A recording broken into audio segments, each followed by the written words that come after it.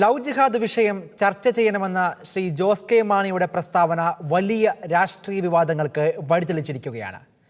Jose K മാണിയെ തള്ളിക്കൊണ്ട് CPI സംസ്ഥാന സെക്രട്ടറിയും മുഖ്യമന്ത്രിയും മറ്റു രാഷ്ട്രീയ പാർട്ടികളും മുന്നോട്ട് വന്നപ്പോൾ തെരഞ്ഞെടുപ്പിൽ ചൂടേറിയ വിഷയമായി ലവ് ജിഹാദും മാറുകയാണോ? ഈ വിഷയമാണ് ഇന്ന് ഷെക്കൈന ബിഗ് ഡിബേറ്റ് ചർച്ച ചെയ്യുന്നത്. ഈ ചർച്ചയിൽ നമ്മളോടൊപ്പം പങ്കെടുക്കുന്നു ദീപികയുടെ മുൻ എക്സിക്യൂട്ടീവ് എഡിറ്ററും മുതിർന്ന മാധ്യമപ്രവർത്തകനുമായ ശ്രീ ടി ദേവപ്രസാദ്, BJPയുടെ സംസ്ഥാന general secretary Shri George Kurian, സാമൂഹ്യ നിരീക്ഷകൻ ഫാദർ ജോസ് ബേസിൽ VC. മൂന്നു പേർക്കും ഈ ചർച്ചയിലേക്ക് സ്വാഗതം. ശ്രീ ടി ദേവപ്രസാദ്, കഴിഞ്ഞ ദിവസം ആദ്യം ഒരു ഓൺലൈൻ മാധ്യമത്തിൽ ശ്രീ ജോസ് കെ മാണി ലവ് ജിഹാദുമായി ബന്ധപ്പെട്ട ഒരു പ്രസ്താവന നടത്തുന്നു. ഇത്തരം വിഷയങ്ങൾ പരിശോധിക്കണമെന്ന് വളരെ വ്യക്തമായി അദ്ദേഹം ആ ഇൻ്റർവ്യൂവിൽ പറയുന്നു. പിറ്റേന്ന് ഒരു മലയാള മാധ്യമത്തിൽ അദ്ദേഹം അഭിമുഖത്തിൽ ആ കാര്യം അദ്ദേഹം വീണ്ടും ഊട്ടി ഉറപ്പിക്കുകയും ചെയ്യുന്നുമുണ്ട്. അദ്ദേഹത്തിൻ്റെ ഈ വിഷയത്തിലുള്ള അദ്ദേഹത്തിൻ്റെ പ്രതികരണം എങ്ങനെയാണ് ഈ തെരഞ്ഞെടുപ്പ് അടുത്തു നിൽക്കുന്ന ഈ സമയത്ത് ഈ വിഷയത്തെ അങ്ങ് നോക്കിക്കാണുന്നത്? കേരളത്തിലെ മുഖ്യധാര രാഷ്ട്രീയ പാർട്ടികൾക്കെല്ലാമുള്ള ഇസ്ലാമോഫോബിയയുടെ ഒരു അടയാളമായിട്ടാണ് ഈ സംഭവത്തെ ഞാൻ കാണുന്നത്. മുസ്ലിമുകളെ ഒരു കാരണവശാലും അവർക്ക് അസ്വസ്ഥതയുണ്ടാക്കുന്ന ഒരു പ്രതികരണം പോലും നടത്തരുത് എന്നുള്ളതിൽ ഇടത് വലത് മുന്നണികൾ ഒന്നുപോലെ പ്രതിജ്ഞാബദ്ധമാണെന്ന് ഈ സംഭവം കാണിച്ചു തരികയാണ്. ജോസ് കെ മാണിയെ സംബന്ധിച്ചിടത്തോളം അദ്ദേഹം പറഞ്ഞത് ഇങ്ങനെ ഒരു സമൂഹത്തിന് പരാതി ഉണ്ടെങ്കിൽ അത് പരിശോധിക്കണമെന്നാണ്. അതിൻ്റെ പേരിൽ പോലും വലിയ വിവാദങ്ങൾ ഉണ്ടാക്കിയത് നിശ്ചയമായും ഇത് ഒരു ചർച്ചാ വിഷയം പോലും ആക്കരുത് എന്നുള്ള സമൂഹത്തിലെ വൻ തോക്കുകളുടെ ഒരു ആവശ്യത്തിന്റെ പിന്നിൽ നിന്നാണ് ഉണ്ടായിരിക്കുന്നത് വേണം മനസ്സിലാക്കാൻ. പക്ഷേ ജോസ് കെ മാണി പറഞ്ഞത് ഞാൻ വായിക്കാം. ശ്രീ ടി ദേവപ്രസാദ്, അദ്ദേഹം പ്രിന്റിൽ കൊടുത്ത അഭിമുഖത്തിൽ വായിക്കുന്നത് there are some cases which have come up that needed to be addressed. We should definitely address എന്നല്ലേ പറഞ്ഞത്. അതാണ് അദ്ദേഹത്തിൻ്റെ ഔദ്യോഗിക ടെക്സ്റ്റ്. അതിൻ്റെ മറ്റൊരു വാക്യം മാത്രമാണ് പിറ്റേ ദിവസം നമ്മുടെ ദൃശ്യമാധ്യമത്തിൽ വന്നതും. അല്ല, അദ്ദേഹം പറഞ്ഞതിനകത്ത് ഒരു അപാകതയുള്ളതായിട്ട് എനിക്ക് തോന്നിയിട്ടില്ല. കാരണം അങ്ങനെ ഒരു സമൂഹത്തിന് കേരളത്തിൽ ഭയമുണ്ട് എന്നുള്ളത്, അങ്ങനെ ഒരു സമൂഹത്തിന് ആശങ്കയുണ്ട് എന്നുള്ള ഒരു യാഥാർത്ഥ്യമാണ്. ആ സമൂഹത്തെ പ്രതിനിധീകരിക്കുന്ന കേരള കാത്തലിക് ബിഷപ്സ് കോൺഫറൻസിന്റെ സ്പോക്സ് പേഴ്സൺ അത് വളരെ കൃത്യമായി പറഞ്ഞിട്ടുണ്ട്. അങ്ങനെയുള്ള സാഹചര്യത്തിൽ അങ്ങനെയുള്ള ഒരു ആശങ്ക അതിനെക്കുറിച്ച് അഡ്രസ് ചെയ്യേണ്ട പോലും കാര്യമില്ല എന്ന് പറയുന്നത് ഞാൻ തുടക്കത്തിൽ പറഞ്ഞതുപോലെ ഇസ്ലാമോഫോബിയായിട്ട് ഒരു അടയാളമാണ്. എങ്കിൽ പിന്നെ എന്തുകൊണ്ടാണ് ജോസ് കെ മാണി അതിൽ നിന്ന് പിന്മാറേണ്ടി വന്നത്? ഒരു മുന്നണിയായിട്ട് മത്സരിക്കുമ്പോൾ അദ്ദേഹത്തിന് ഒരു മുന്നണി എന്ന് പറയുന്ന ഒരു മിനിമം പരിപാടിയുടെ പേരിൽ ഉണ്ടാകുന്ന ഒരു സംവിധാനമാണ്. ആ മിനിമം പരിപാടിയുടെ സംവിധാനങ്ങളിൽ ഒരു പക്ഷേ എല്ലാ പാർട്ടിക്കും അവരുടെ ആഗ്രഹങ്ങളെല്ലാം സാധിക്കത്തില്ല. ഇപ്പം ഇടതുപക്ഷത്തെ സംബന്ധിച്ച് മാർക്സിസ്റ്റ് പാർട്ടി ഒരു നിരീശ്വര പ്രസ്ഥാനമാണ്. നിരീശ്വരവാദം ഇടതുമുന്നണിയുടെ ഒരു വാദമല്ല. അപ്പൊ അങ്ങനെ ഓരോ പാർട്ടിക്കും അവരുടെ പാർട്ടിക്കുള്ള അഭിപ്രായങ്ങളിൽ പലതും സാക്രിഫൈസ് ചെയ്ത് അല്ലെങ്കിൽ അത് മുൻപിലേക്ക് കൊണ്ടുവരാതെയാണ് ഒരു മുന്നണി ഉണ്ടാക്കുന്നത്. അങ്ങനെ ഒരു മുന്നണി ഉണ്ടാക്കിയതിന്റെ ഭാഗമായിട്ട് ജോസ് കെ മാണി പിൻവലിച്ചു എന്ന് പറയത്തില്ല. അദ്ദേഹം പറയുന്ന ഈ തെരഞ്ഞെടുപ്പിലെ ഒരു പ്രധാനപ്പെട്ട ഇഷ്യൂ എന്ന് പറയുന്നത് ലവ് ജിഹാദ് അല്ല, പിന്നെയോ ഇടതു മുന്നണി സർക്കാരിന്റെ വികസന പ്രവർത്തനങ്ങളാണ്. അത് സംബന്ധിച്ച് ഒരുപക്ഷെ ഈ ലവ് ജിഹാദിനെ വളരെയേറെ ആശങ്കയോടെ കാണുന്നവർക്ക് അഭിപ്രായ വ്യത്യാസം ഉണ്ടാകും. പക്ഷെ അദ്ദേഹത്തിന്റെ നിലപാടിൽ നിന്ന് മാറിയതായി എനിക്ക് തോന്നിയിട്ടില്ല. അദ്ദേഹം പറഞ്ഞത് ഈ തെരഞ്ഞെടുപ്പിലെ വിഷയം ഇടതു മുന്നണി സർക്കാരിന്റെ വികസന പ്രവർത്തനങ്ങളാണ്. അതുകൊണ്ട് ആ നിലപാടിനോട് ഞാൻ ചേർന്ന് നിൽക്കുന്നു എന്ന് അദ്ദേഹം പറഞ്ഞതുപോലെ വേണം നമുക്കത് മനസ്സിലാക്കാം. ഇനി അതല്ല, പിന്നെ എതിരാളികൾക്ക് പറയാവുന്ന പോലെ അവരെ ഭയന്നിട്ട് അദ്ദേഹത്തിന്റെ പ്രസ്താവന പിൻവലിച്ചതാണ്. അങ്ങനെ ആ പ്രസ്താവനയിലൊന്നും അങ്ങനെ ഒരു ധ്വനി പോലും ഇല്ല. അപ്പൊ ഇത് മനഃപൂർവ്വമായി അദ്ദേഹത്തെ ഒരു തെരഞ്ഞെടുപ്പിന്റെ പശ്ചാത്തലത്തിൽ അദ്ദേഹത്തെ കുടുക്കിലാക്കാൻ ഒരു മാധ്യമം നടത്തിയ ഒരു ശ്രമത്തിന്റെ ഭാഗമാണ്. അല്ലെങ്കിൽ അദ്ദേഹത്തോട് വളരെ കാഷ്വൽ ആയിട്ട് ഒരു ചോദ്യം ചോദിച്ച് അത് വലിയൊരു വാർത്തയാക്കി കൊണ്ടുവന്നതിന്റെ ഒരു ഭാഗമാണ്. അത് രാഷ്ട്രീയം, അത് പോട്ടെ. പക്ഷെ ഇതിൽ പ്രധാനമായിട്ട് നമ്മൾ കാണേണ്ടത് കേരളത്തിൽ ലവ് ജിഹാദ് എന്ന് പറയുമ്പോൾ അത് BJPക്കാരുണ്ടാക്കിയ ഒരു വാക്കാണ്, അല്ലെങ്കിൽ RSS ഉണ്ടാക്കിയ ഒരു വാക്കാണ് എന്നുള്ളത് കൊണ്ട് ലവ് ജിഹാദ് എന്ന് പറയാൻ പോലും ഇവിടെ ആൾക്കാർക്ക് ഭയമുണ്ട്. പക്ഷെ ലവ് ജിഹാദ് എന്ന് പറഞ്ഞാൽ എന്താണ് അതുകൊണ്ട് ഉദ്ദേശിക്കുന്നത്? ലവ് ജിഹാദ് കൊണ്ട് ഉദ്ദേശിക്കുന്നത് മതം മാറിയുള്ള ഒരു വിവാഹം അല്ല എന്ന് സഭ നമുക്കത് വളരെ അടുത്ത ഘട്ടത്തിൽ തീർച്ചയായും നമുക്കത് ചർച്ച ചെയ്യാം. ശ്രീ ജോർജ് കുര്യൻ, BJP ഈ തെരഞ്ഞെടുപ്പിനെ മുന്നിൽ കണ്ടപ്പോൾ മുന്നോട്ട് വെച്ച ഒരു പ്രധാനപ്പെട്ട വിഷയം ലവ് ജിഹാദാണ്. BJP ആണ് ആ വിഷയം ഈ തെരഞ്ഞെടുപ്പ് ചർച്ചയാക്കി മാറ്റിയതും അങ്ങനെയാണ്. ജോസ് കെ മാണിയുടെ ഈ പ്രസ്താവന എങ്ങനെയാണ് BJP നോക്കിക്കാണുന്നത്? ലവ് ജിഹാദ് സമൂഹത്തിലൊരു യാഥാർത്ഥ്യമാണ്.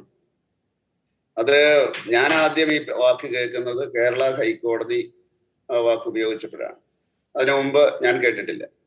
അത് BJP ആണല്ലേ, അതുപോലെ തന്നെ സംഘപരിവാറാണ് ആ വാക്ക് കണ്ടുപിടിച്ചതെന്ന് ഉപയോഗിച്ചതെന്നൊക്കെ പറയുന്നുണ്ടെങ്കിലും സമൂഹം കേൾക്കുന്നത് കേരള ഹൈക്കോടതി പറയുന്ന അവസ്ഥയിലാണ് 2009.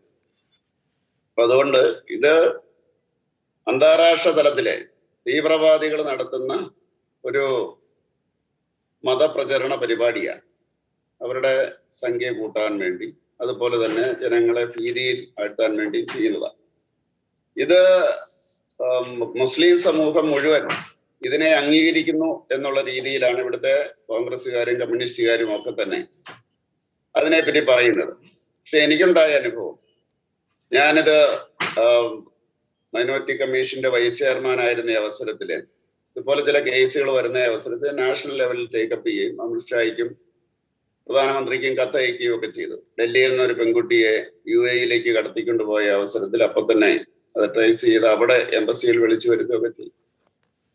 അപ്പൊ ആ അവസരത്തില് എന്റെ പ്രസ്താവന കണ്ടിട്ട് മുസ്ലിം സ്ത്രീകൾ എന്നെ വിളിച്ച അവസരത്തിൽ അവര് പറഞ്ഞത് അവരും വളരെ ഭീതിയോടുകൂടിയാണ് ഇതിനെ കാണുന്നത്. അവരുടെ ആൺകുട്ടികൾ ഇങ്ങനെ മറ്റു മതത്തിൽ നിന്ന് വിവാഹം കഴിക്കുന്നു എന്ന് പറയുന്ന അവസരത്തിൽ പണ്ടൊക്കെ അത് സ്നേഹവിവാഹമായിരുന്നു. ഇപ്പൊ ഇതിന്റെ പിന്നിൽ തീവ്രവാദോ ഈ കുട്ടിയെ അല്ലെങ്കിൽ അവരുടെ മകനെ തീവ്രവാദികള് ജിഹാദിന് വേണ്ടി കൊണ്ടുപോകുമോ, ഇവൻ തീവ്രവാദിയുടെ പിടിയിൽപ്പെട്ടോ എന്ന് ഭയപ്പെടുകയാണ്. അത് മാത്രമല്ല, അവർ പറഞ്ഞ ഏറ്റവും കൂടുതൽ കുടുംബങ്ങൾ അനാഥമായിരിക്കുന്നത് മുസ്ലിം കുടുംബങ്ങളിലാണ് ഈ തീവ്രവാദങ്ങൾ. അപ്പൊ ഇങ്ങനെ വിവാഹം കഴിച്ച് കൊണ്ടുപോകുന്ന ഈ ആൺകുട്ടിയും പെൺകുട്ടിയും അവർ അപ്രത്യക്ഷരാകും. അപ്പൊ അതുകൊണ്ട് അവരുടെ ഇടയിലും ഇതിനെ വളരെ ഭീതിയോടുകൂടിയാണ് കാണുന്നത്. പക്ഷെ കേരളത്തിലെ രാഷ്ട്രീയ കക്ഷികൾ, കോൺഗ്രസ്സുകാരും കമ്മ്യൂണിസ്റ്റുകാരും എല്ലാം ധരിച്ചു വെച്ചിരിക്കുന്നത് ഈ മുസ്ലിം ജനവിഭാഗം മുഴുവൻ ഭീകരവാദികളാണ്. അതുകൊണ്ട് ഭീകരവാദികൾ പറയുന്നതിനെ എല്ലാം പിന്തുണച്ചാലേ അവരുടെ വോട്ട് കിട്ടുള്ളൂ എന്നുള്ള രീതിയിലാണ് അവര് അതിനോട് പ്രതികരിക്കുന്നത്. BJP യാഥാർത്ഥ്യബോധത്തോടു കൂടിയാണ് പ്രതികരിക്കുന്നത്. ശ്രീ ജോർജ് കുര്യൻ, പാർലമെന്റിൽ ഈ വിഷയം കേരളത്തിലെ MP ചോദിക്കുകയും അതിന് കേന്ദ്രമന്ത്രി നൽകിയ മറുപടിയൊക്കെ വലിയ വിവാദമാവുകയൊക്കെ ചെയ്തല്ലോ. അവിടെ പറഞ്ഞിരിക്കുന്നത് അങ്ങനെയാണ്, no such cases has been reported by any of the central agencies എന്നാണല്ലോ പറഞ്ഞിരിക്കുന്നത്.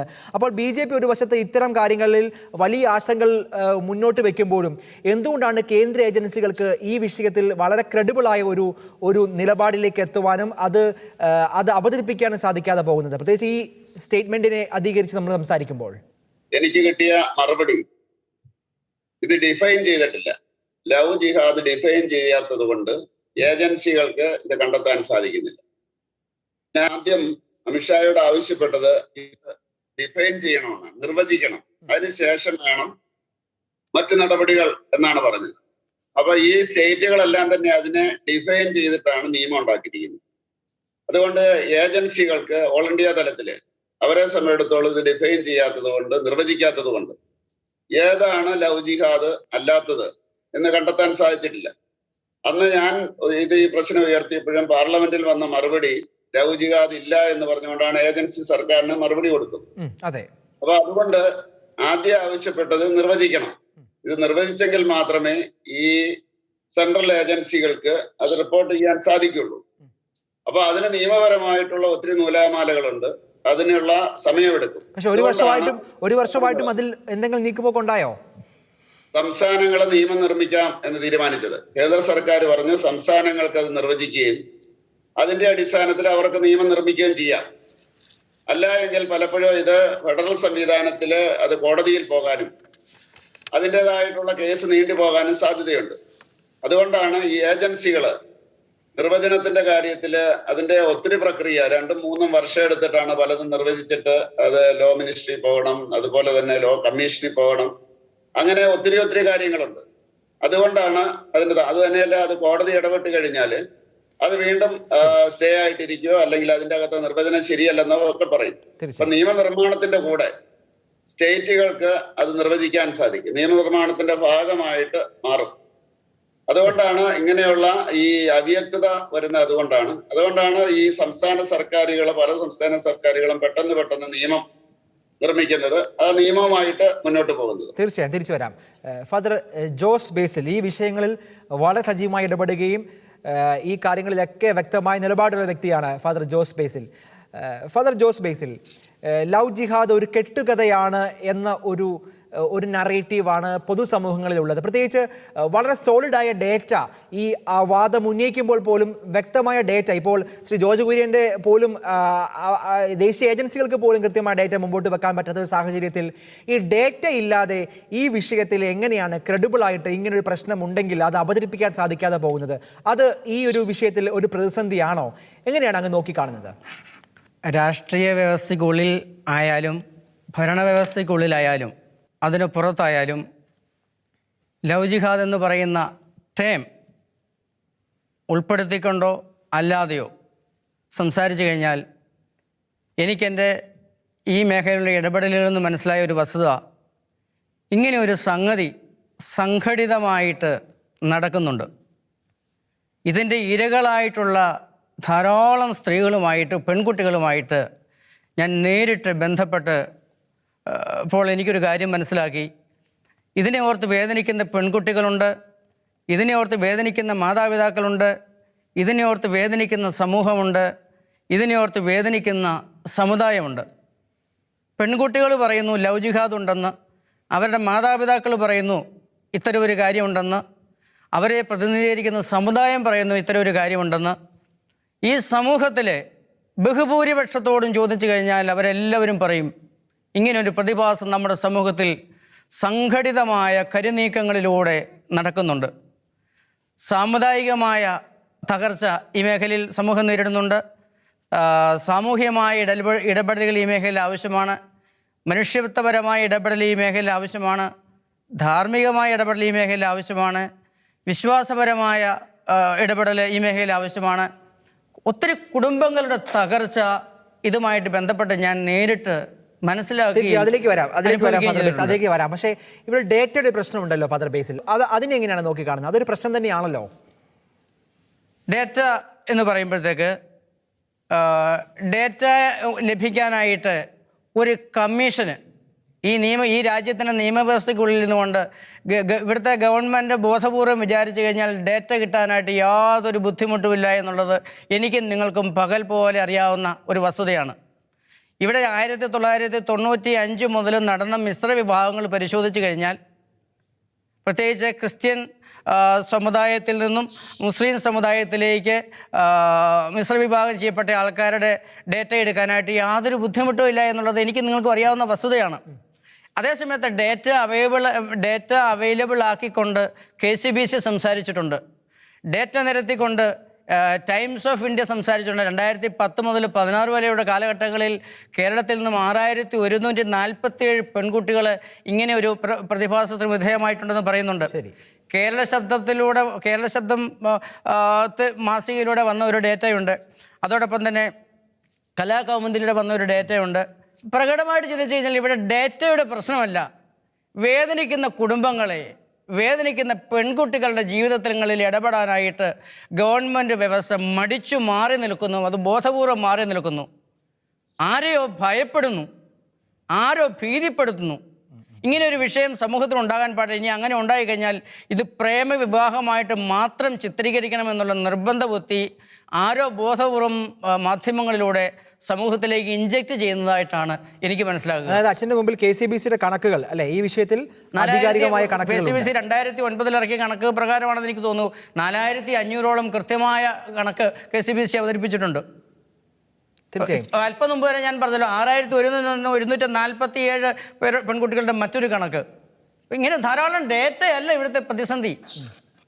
ശരി, അങ്ങനെയെങ്കിൽ ഫാദർ ബേസിൽ പറഞ്ഞതുപോലെ എന്താണ് ശരിക്കും ഈ സംഭവം? എങ്ങനെയാണ് ഈ ഒരു പ്രക്രിയ നടപ്പിലാക്കുന്നത്? അതിനെക്കുറിച്ചൊന്ന് പറയുമോ?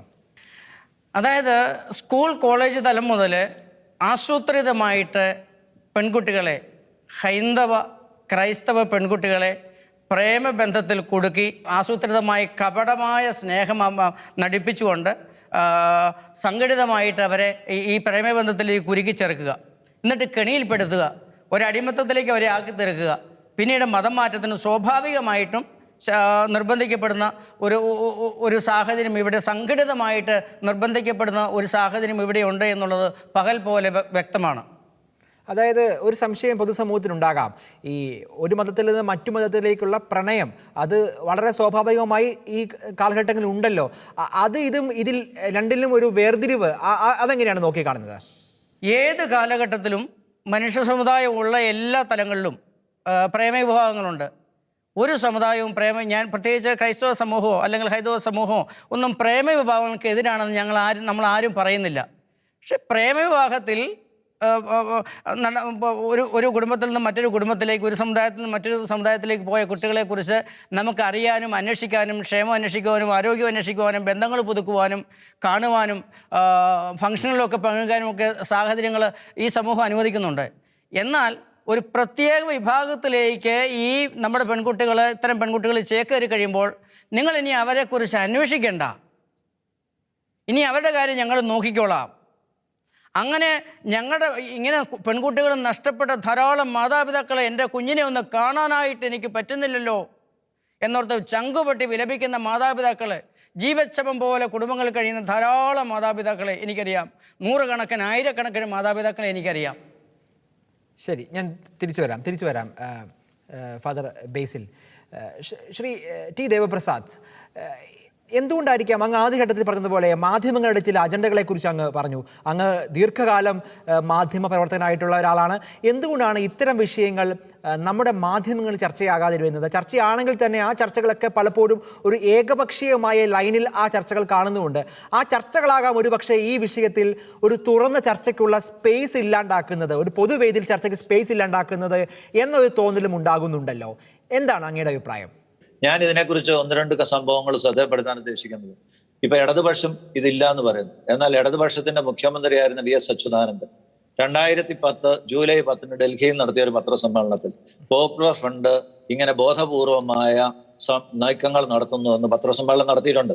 അതിന്റെ പേരിൽ അദ്ദേഹം പോപ്പുലർ അല്ല, അദ്ദേഹം പുരോഗമന ആശയക്കാരനല്ല എന്നൊക്കെ പറഞ്ഞ് പാർട്ടിയിൽ നിന്ന് തന്നെ അദ്ദേഹത്തിന് വിമർശനങ്ങൾ ഉണ്ടായി എന്നുള്ളത് സത്യമാണ്. പിന്നെ ജോർജ് കുര്യൻ കുറച്ച് മുമ്പ് പറഞ്ഞ പോലെ 2009 ഈ പദം കേരളത്തിൽ വളരെ സജീവമായിട്ട് വന്നത്. 2009 ഞാൻ ഓർക്കുന്നത്, എൻ്റെ ഓർമ്മ ശരിയാണെങ്കിൽ ഹൈക്കോടതിയിലെ ജസ്റ്റിസ് KT ശങ്കരനോമറ്റാണ് ഇങ്ങനെ ഇതിനെക്കുറിച്ച് ഒരു പരാമർശനം ഉണ്ടായത്. അതേ തുടർന്ന് ഗവൺമെന്റ് നടത്തിയ ഒരു അന്വേഷണത്തിൽ 2009 അന്നത്തെ ഇന്റലിജൻസ് IG ആയിരുന്ന CB മാത്യു, അദ്ദേഹം ഇപ്പോഴും ജീവിച്ചിരിപ്പുണ്ടല്ലോ, നിങ്ങൾക്ക് ചോദിച്ചു നോക്കാം. അദ്ദേഹം സർക്കാരിന് കൊടുത്തിരിക്കുന്ന റിപ്പോർട്ടിൽ ഇങ്ങനെ ലവ് ജിഹാദ് നടക്കുന്നുണ്ട് എന്നാണ്.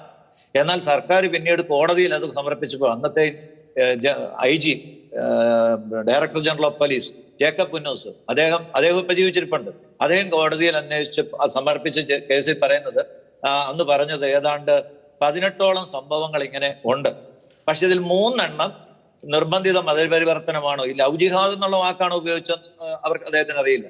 അന്നുള്ളതിനെ കുറിച്ച് ഞങ്ങൾക്ക് സംശയമുണ്ട് എന്ന് വരെ അത് പറഞ്ഞിട്ടുണ്ട്. പിന്നെ അതിനുശേഷം ഇല്ല എന്നുള്ള ഒരു ഒറ്റ വാക്ക് മാത്രമാണ് കേരളത്തിൽ പറയാ. 2014 ജൂലൈ 25 കേരളത്തിലെ മുഖ്യമന്ത്രി ഉമ്മൻചാണ്ടി കേരള നിയമസഭയിൽ നടത്തിയ ഒരു പ്രസ്താവനയിൽ 2006 മുതൽ 2667 ക്രൈസ്തവ പെൺകുട്ടികൾ ഇസ്ലാം മതം സ്വീകരിച്ചിട്ടുണ്ടെന്ന് പറഞ്ഞിട്ടുണ്ട്.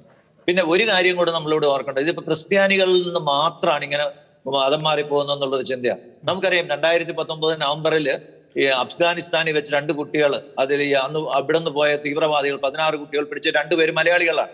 അതിലൊരു നിമിഷ, അവരുടെ പേര് ഫാത്തിമ എന്നാണ്, തിരുവനന്തപുരംകാരിയാണ്. അത് ഹിന്ദു പെൺകുട്ടിയാണ്. മറ്റേതാണ് ഐഷ എന്ന് പറയുന്നത് എറണാകുളംകാരി, ഒരു സോണിയ സെബാസ്റ്റ്യനാണ്. സോണിയ സെബാസ്റ്റ്യന്റെ വീട്ടുകാരെ കുറിച്ചൊന്നും നമുക്ക് പിന്നീട് വലിയധികം വിവരം കിട്ടിയിട്ടില്ല. ഈ സോണിയ സെബാസ്റ്റ്യന്റെ കഥ തന്നെ നമ്മൾ കൗതുകരാണ്. വീക്ക് എന്ന് പറയുന്ന പത്രത്തിൽ വന്ന, വീക്ക് എന്ന് പറയുന്ന പത്രമല്ലല്ലോ, വീക്ക് വാരിക, അതിനകത്ത് വന്ന വാർത്തയാണ്. വീക്ക് എന്ന് പറയുന്ന മലയാള മനോരമയുടെ പ്രസിദ്ധീകരണമാണ്. അതിനകത്ത് ഈ സോണിയ സെബാസ്റ്റ്യന്റേതായി വന്ന അഭിമുഖത്തിൽ നമുക്കിത് അറിയാം. അഭിമുഖം അല്ലെങ്കിൽ അവരിൽ നിന്ന് കളക്ട് ചെയ്ത വാർത്ത വന്നതിനകത്ത് അവർ പറഞ്ഞിരിക്കുന്നത്, സോണിയ സെബാസ്റ്റ്യൻ ഇവിടെ ഒരു അതും നമ്മൾ മനസ്സിലാക്കേണ്ട ഒരു കാര്യം, പാലാക്കാരൻ ഒരു മുസ്ലിം, അദ്ദേഹം കോഴിക്കോട് പീസ് ഇന്റർനാഷണൽ സ്കൂളിൽ പഠിപ്പിക്കുന്ന അധ്യാപകനാണ്. അവര് തമ്മിൽ പ്രണയത്തിലായി. അതിനെക്കുറിച്ച് പിന്നീടൊക്കെ വായിച്ചപ്പോൾ മനസ്സിലായത് ഇവര് യുവജനോത്സവത്തിൽ വെച്ച് പരിചയപ്പെട്ടു എന്നൊക്കെയാണ്. ഈ സോണിയ എന്ന് പറയുന്നത് എഞ്ചിനീയറിംഗ് ബിരുദധാരിയാണ്, MBAക്ക് ബാംഗ്ലൂരിൽ പഠിച്ചുകൊണ്ടിരിക്കുന്ന ഒരു പെൺകുട്ടിയാണ്.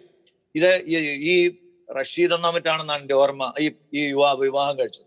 ആ വിവാഹം കഴിച്ച യുവാവ് ഇവളെ വിവാഹം കഴിച്ച് കുറച്ച് കഴിഞ്ഞപ്പോൾ പിന്നെ ഈ പീസ് സ്കൂളിലെ തന്നെ മറ്റൊരു അധ്യാപികയായിരുന്ന അവരുടെ പേരിന് യാമിനി എന്ന് മറ്റാണെന്ന് തോന്നുന്നു. എൻ്റെ കൃത്യമായിട്ട് പേരുണ്ട്, ഞാൻ പറയാം. ആ സ്കൂളിൽ ഉണ്ടായിരുന്ന പിന്നെ സെക്കൻഡ് വൈഫ് യാസ്മിനെ വിവാഹം കഴിച്ച യാസ്മിന് ഒരു കുഞ്ഞുണ്ട്, ഈ ആയേഷയ്ക്ക് ഒരു കുഞ്ഞുണ്ട്. ഈ പ്രണയ വിവാഹത്തിന്റെ ഒരു വലിയ മാറ്റമാണ് നമ്മൾ പറയുന്നത്. പ്രണയ വിവാഹം കഴിച്ച ഒരു പെൺകുട്ടിയെ കൊണ്ടുപോയെന്ന് പറഞ്ഞിട്ട് അത് കുറച്ച് കഴിഞ്ഞ് വേറൊരു പെൺകുട്ടിയെ കൂടെ വിവാഹം കഴിച്ചു. എന്നിട്ട് ആദ്യത്തെ പെൺകുട്ടിയായിട്ട് അവര് അഫ്ഗാനിസ്ഥാനിൽ പോയി. അദ്ദേഹം അവിടെ അമേരിക്കക്കാരുടെ ബോംബിൽ മരിച്ചെന്നോ പിന്നെ ഈ പെൺകുട്ടിയൊക്കെ അവിടെ ഉണ്ടെന്നൊക്കെയാണ് നമുക്ക് അന്ന് ഈ വീക്കിൽ വന്ന വാർത്തകൾ. അപ്പൊ ഇതിനകത്ത് ഒരു കാര്യം, ഇത് ക്രിസ്ത്യാനികളുടെ മാത്രം ഒരു പ്രശ്നമല്ല. 2009 ജോർജ് കുര്യനെങ്കിലും ഓർക്കുന്നുണ്ടാവും, വെള്ളാപ്പള്ളി നടേശൻ ഈഴവ പെൺകുട്ടികളെ ഇങ്ങനെ തട്ടിക്കൊണ്ടു പോകുന്നു എന്ന് ഒരു പിന്നെ രൂക്ഷമായ ആക്ഷേപം ഉന്നയിക്കുകയും ആ ആക്ഷേപത്തെ സംബന്ധിച്ചെന്തോ പിന്നീട് അതിനെ സംബന്ധിച്ചുള്ളതെല്ലാം അങ്ങോട്ട് ഇല്ലാതായി. വാസ്തവത്തില് ക്രൈസ്തവരുടെ ഇടയിൽ നിന്നും ഇങ്ങനെ കൊണ്ടുപോകുന്ന കുട്ടികളുടെ മാത്രം കേസുകളാണ് ഇപ്പൊ അടുത്ത കാലത്തായി പൊന്തി വരുന്നത്. ഈ അച്ഛൻ മുമ്പേ സൂചിപ്പിച്ചതുപോലെ മാത്രമല്ല, കാഞ്ഞിരപ്പള്ളിയിൽ ഒരു വീട്ടിൽ ചെന്നിട്ട് സംഘമായി ചെന്നിട്ട് ഒരു പെൺകുട്ടിയെ പിടിച്ചിറക്കി കൊണ്ടുപോയത് നമുക്കറിയാം. കോഴിക്കോട്ട് ഒരു പെൺകുട്ടിയെ ഹോസ്റ്റലിൽ അവർ കേസ് കൊടുത്തിട്ട് പോലീസ് അന്വേഷിക്കുന്നില്ല. ഇതൊക്കെയാണ് ക്രൈസ്തവരെ സംബന്ധിച്ചിടത്തോളം വലിയ ആശങ്ക ഉണ്ടാക്കുന്ന സംഭവങ്ങൾ. ഒരു സംഘമായിട്ട് ഇപ്പം ജോർജ് കുര്യൻ പറഞ്ഞാലും വളരെ കറക്റ്റ് ആണ്. മുസ്ലിം സമൂഹത്തിലെ മുഴുവൻ ആൾക്കാരും അല്ലെങ്കിൽ ഭൂരിപക്ഷം പേരും ഒരിക്കലും ഈ തീവ്രവാദികളാണെന്ന് ഒരു ക്രൈസ്തവരും വിശ്വസിക്കുന്നില്ല, അല്ലെങ്കിൽ ഒരു മാധ്യമ പ്രവർത്തകരും വിശ്വസിക്കുന്നില്ല, ഇങ്ങനെ വിശ്വസിക്കുന്ന മാധ്യമ പ്രവർത്തകരും വിശ്വസിക്കുന്നില്ല. പക്ഷേ പ്രശ്നം എന്താണ്? ഈ ഒരു ചെറിയ സമൂഹം, ഇപ്പൊ ഒരു കേസ്, ഇപ്പൊ നമുക്കറിയാം ഈ ഹാദിയായുടെ ഒരു കേസ് നമ്മൾ വലിയ വിവാദം, ഇന്ത്യ മുഴുവൻ വിവാദമായിരുന്നു.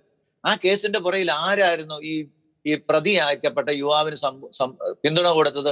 ഒരു സമുദായ പിന്തുണ കൊടുത്തത്, അല്ലെങ്കിൽ സമുദായത്തിന് സംഘടനയെ പിന്തുണ കൊടുത്തത്. ഇങ്ങനെ വരുമ്പോൾ എങ്ങനെ ഈ സമുദായം ഇതിൽ നിന്ന് ഒഴിഞ്ഞു നിൽക്കുന്നുവെന്ന് നമുക്ക് ചിന്തിക്കാനാവില്ല, സാധാരണ ഗതിയിൽ ചിന്തിക്കാനാവില്ല. അപ്പൊ അതിന്റെ അവര് പരസ്യമായിട്ടില്ലെങ്കിലും ഇങ്ങനെ ഒരു പിന്തുണയോടെ ഇപ്പം ഇത് നടക്കുന്നു എന്നാണ്. പിന്നെ ഏതാനും ആഴ്ചകൾക്ക് മുമ്പ് മലയാളി വാർത്ത എന്ന് പറയുന്ന ഒരു മാധ്യമത്തിൽ, ഓൺലൈൻ മാധ്യമത്തിൽ ഒരു മാധ്യമമാണ്. അതിനകത്ത് വന്ന ഒരു ഇന്റർവ്യൂ, ഒരു ബോബി തങ്കച്ചൻ എന്താ പറഞ്ഞ, ഒരു ജൂലി തങ്കച്ചൻ എന്ന് പറഞ്ഞൊരു ഇങ്ങനെ മതം മാറിപ്പോയി തിരിച്ചു അങ്ങോട്ട് ഉപേക്ഷിക്കപ്പെട്ട് അല്ലെങ്കിൽ ഉപേക്ഷിക്കാൻ പോകുന്നു എന്നൊക്കെ പറഞ്ഞ് നടത്തിയ ഒരു പത്രസമ്മേളനത്തിന്റെ കഥകളൊക്കെ വന്നിട്ടുണ്ട്. അപ്പം നമുക്കിങ്ങനെ പല സ്ഥലത്തു നിന്ന് അച്ഛൻ പറഞ്ഞതുപോലെ കഥകൾ നമുക്ക് കിട്ടുന്നുണ്ട്, ആൾക്കാർ അറിയുന്നുണ്ട്. ഇതെല്ലാം പത്രക്കാർക്കും അറിയാം. ഇപ്പൊ ഹിന്ദുവിലോ ഈ വീക്കിൽ വന്ന കാര്യങ്ങളൊന്നും പത്രക്കാർ വായിച്ചിട്ടില്ല എന്ന് പറയില്ല. പിന്നെ എന്റെ ഒരു സംശയം, ഒന്നാമതായിട്ട് ഇവർക്ക് ഭയം ഉണ്ടാവും, രണ്ടാമതായിട്ട് ഈ ഒരു സംഘടിതമായ സമൂഹം എന്നുള്ള രീതിയിൽ പ്രതികരിക്കാൻ സാധിക്കുന്നത്. ഇപ്പൊ ക്രൈസ്തവരെ സംബന്ധിച്ചിടത്തോളം സമൂഹമായിട്ടൊന്നും യൂണിറ്റി ഉള്ളതായിട്ട് എനിക്ക് തോന്നിയിട്ടില്ല. അവര് ഓരോരുത്തർക്ക് അവരവരുടെ താല്പര്യം അനുസരിച്ചാണ്. അങ്ങനെയല്ല, മുസ്ലിം കാര്യത്തെ സംബന്ധിച്ച് ഒരു തീരുമാനമുണ്ട്. ഇപ്പം ജോസ് കെ മാണിയുടെ പ്രശ്നം പറഞ്ഞാൽ നമ്മൾ തുടങ്ങിയത്. ജോസ് കെ മാണിയുടെ പ്രശ്നം ആദ്യം റിയാക്ട് ചെയ്താരാ? ലീഗിന്റെ ബഷീറാണ്. അതിനുശേഷം പറഞ്ഞിട്ടില്ല. പിന്നെ കോൺഗ്രസ് പാർട്ടി ഇപ്പൊ പറയുന്നു, കോൺഗ്രസ് പാർട്ടി ഒരക്ഷരം മിണ്ടുന്നില്ലല്ലോ. കോൺഗ്രസ് പാർട്ടി ജോസ് കെ മാണി പറഞ്ഞത് തെറ്റോ അങ്ങനെയൊക്കെ പറയുന്നുണ്ട്. ജോസ് കെ മാണി ഇത് ഇങ്ങനെ ഒരു സംഭവം ഉണ്ടോ? അവർ പറയല്ലോ, ഞങ്ങളെല്ലാം മെത്രാന്മാരുമായിട്ട് കൂടി പരിഹരിച്ചോളാന്നാ പറഞ്ഞിരിക്കുന്നത്. അല്ലാതെ ഇത് സംബന്ധിച്ച് സത്യസന്ധമായ ഒരു അഭിപ്രായം പറയാൻ നമുക്ക് സാധിക്കത്തില്ല. പക്ഷെ സമൂഹത്തിലെ ഒരു വലിയ വിഭാഗത്തിനിടയിൽ ഇതൊരു വേദനയാണ്. അതിന്റെ അർത്ഥം അവരെല്ലാം കോൺഗ്രസ് വിരുദ്ധമായിട്ട് വോട്ട് ചെയ്യുന്നു, കമ്മ്യൂണിസ്റ്റുകാർക്ക് വോട്ട് ചെയ്യുന്നു ഒന്നും അല്ല ഞാൻ പറയുന്നത്. പക്ഷെ ഇതൊരു അഡ്രസ് ചെയ്യപ്പെടേണ്ട പ്രശ്നമാണ്. ഒരു സമൂഹം ഇതിനകത്ത് വേദനിക്കുന്നുണ്ട്. നിങ്ങൾ മക്കളെ നന്നായിട്ട് വളർത്താഞ്ഞിട്ടല്ലേ എന്ന് ചോദിച്ചാൽ നമുക്ക് അതിനകത്ത് ഒന്നും പറയാനില്ല.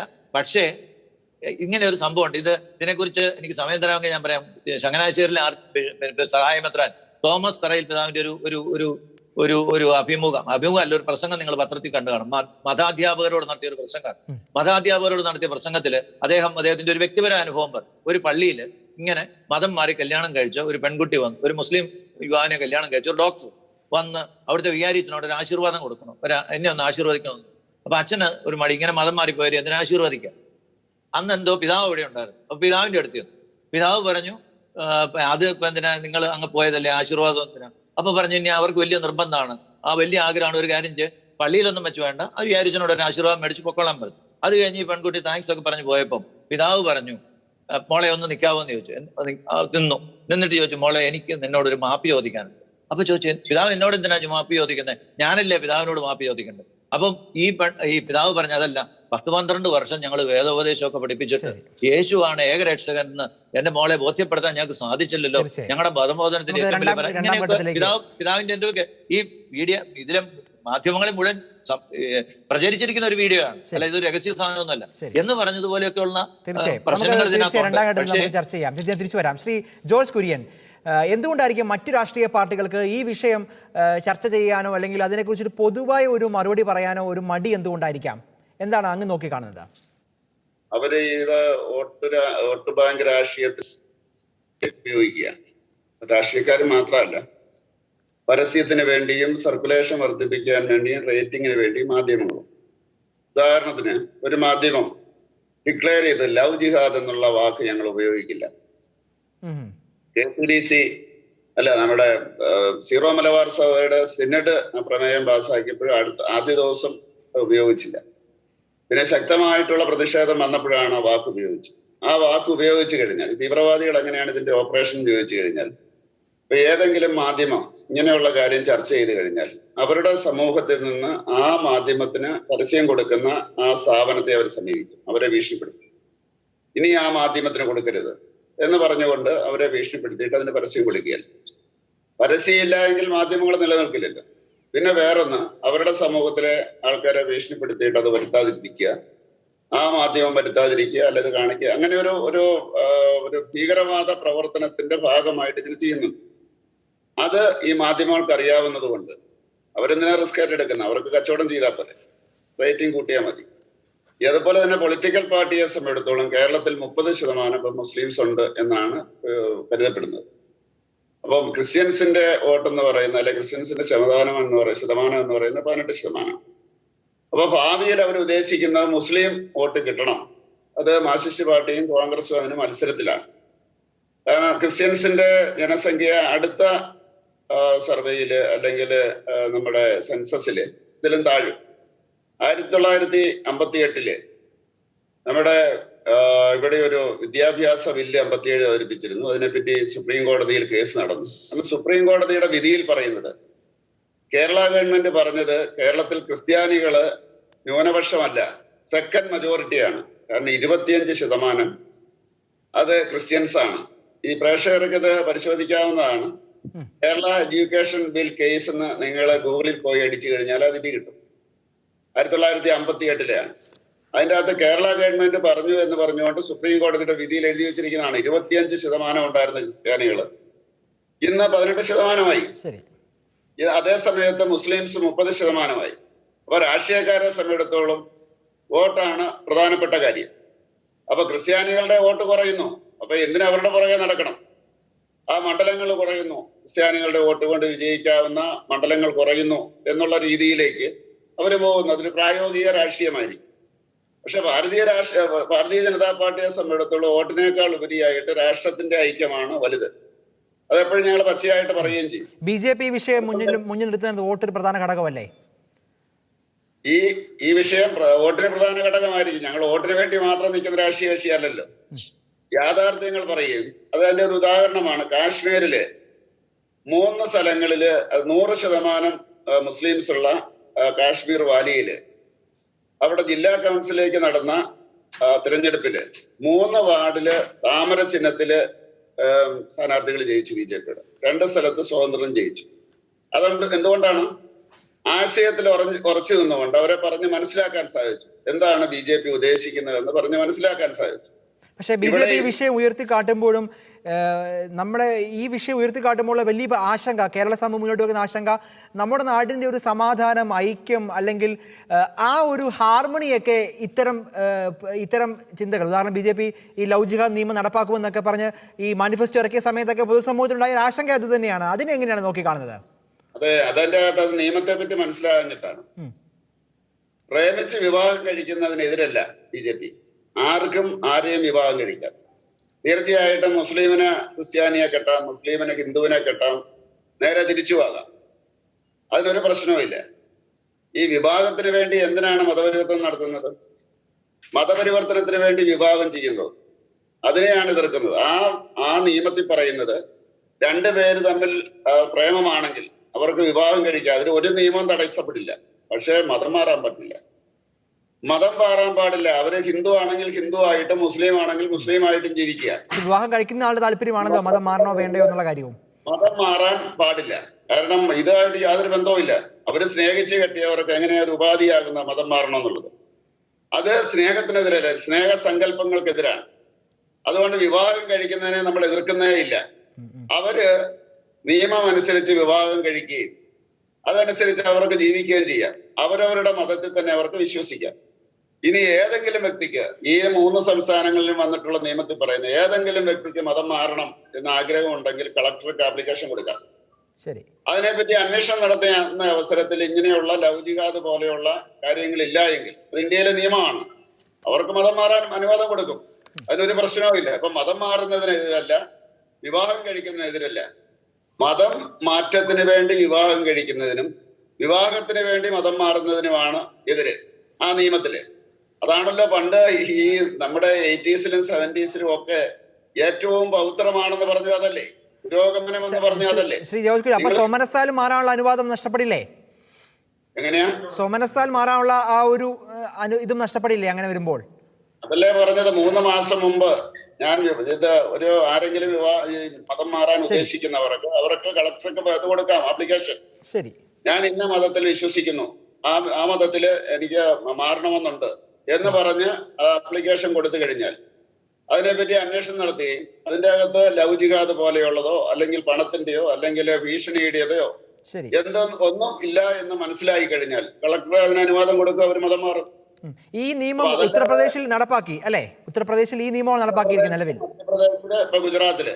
ശരി, ഈ ഉത്തർപ്രദേശിൽ ഈ നിയമം നടക്കാകുമ്പോൾ BJPയുടെ അടുത്ത ലക്ഷ്യം എന്തായിരിക്കും? അതായത് ഈ മതപരിവർത്തന നിയമമൊക്കെ ഇവിടെ നടപ്പാകുന്ന സമയത്താണ് കഴിഞ്ഞ ആഴ്ച നമ്മൾ കേരളത്തിലെ ക്രൈസ്തവരായ സന്യാസിനികൾക്ക് നേരെ വലിയ അപമാനപ്പെടുത്തുന്ന രീതിയിലുള്ള ഒരു സംഭവമൊക്കെ ഉണ്ടായത്.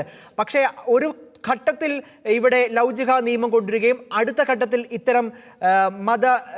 ഇത്തരത്തിലുള്ള പരിവർത്തനത്തിന്റെ പേരൊക്കെ പറയുകയും ഒരു പക്ഷേ അടുത്ത ഘട്ടത്തിൽ ഈ രാജ്യത്തെ ന്യൂനപക്ഷങ്ങളൊക്കെ ഒരു ആശങ്കയുടെ ഒരു മുൾമുനയിലേക്ക് എത്തിക്കുന്ന നിലയിലേക്ക് കാര്യങ്ങൾ പോകുന്ന ഒരു സൂചന കൂടിയില്ലേ അതിനകത്ത്? അങ്ങനെ ഉണ്ടോ?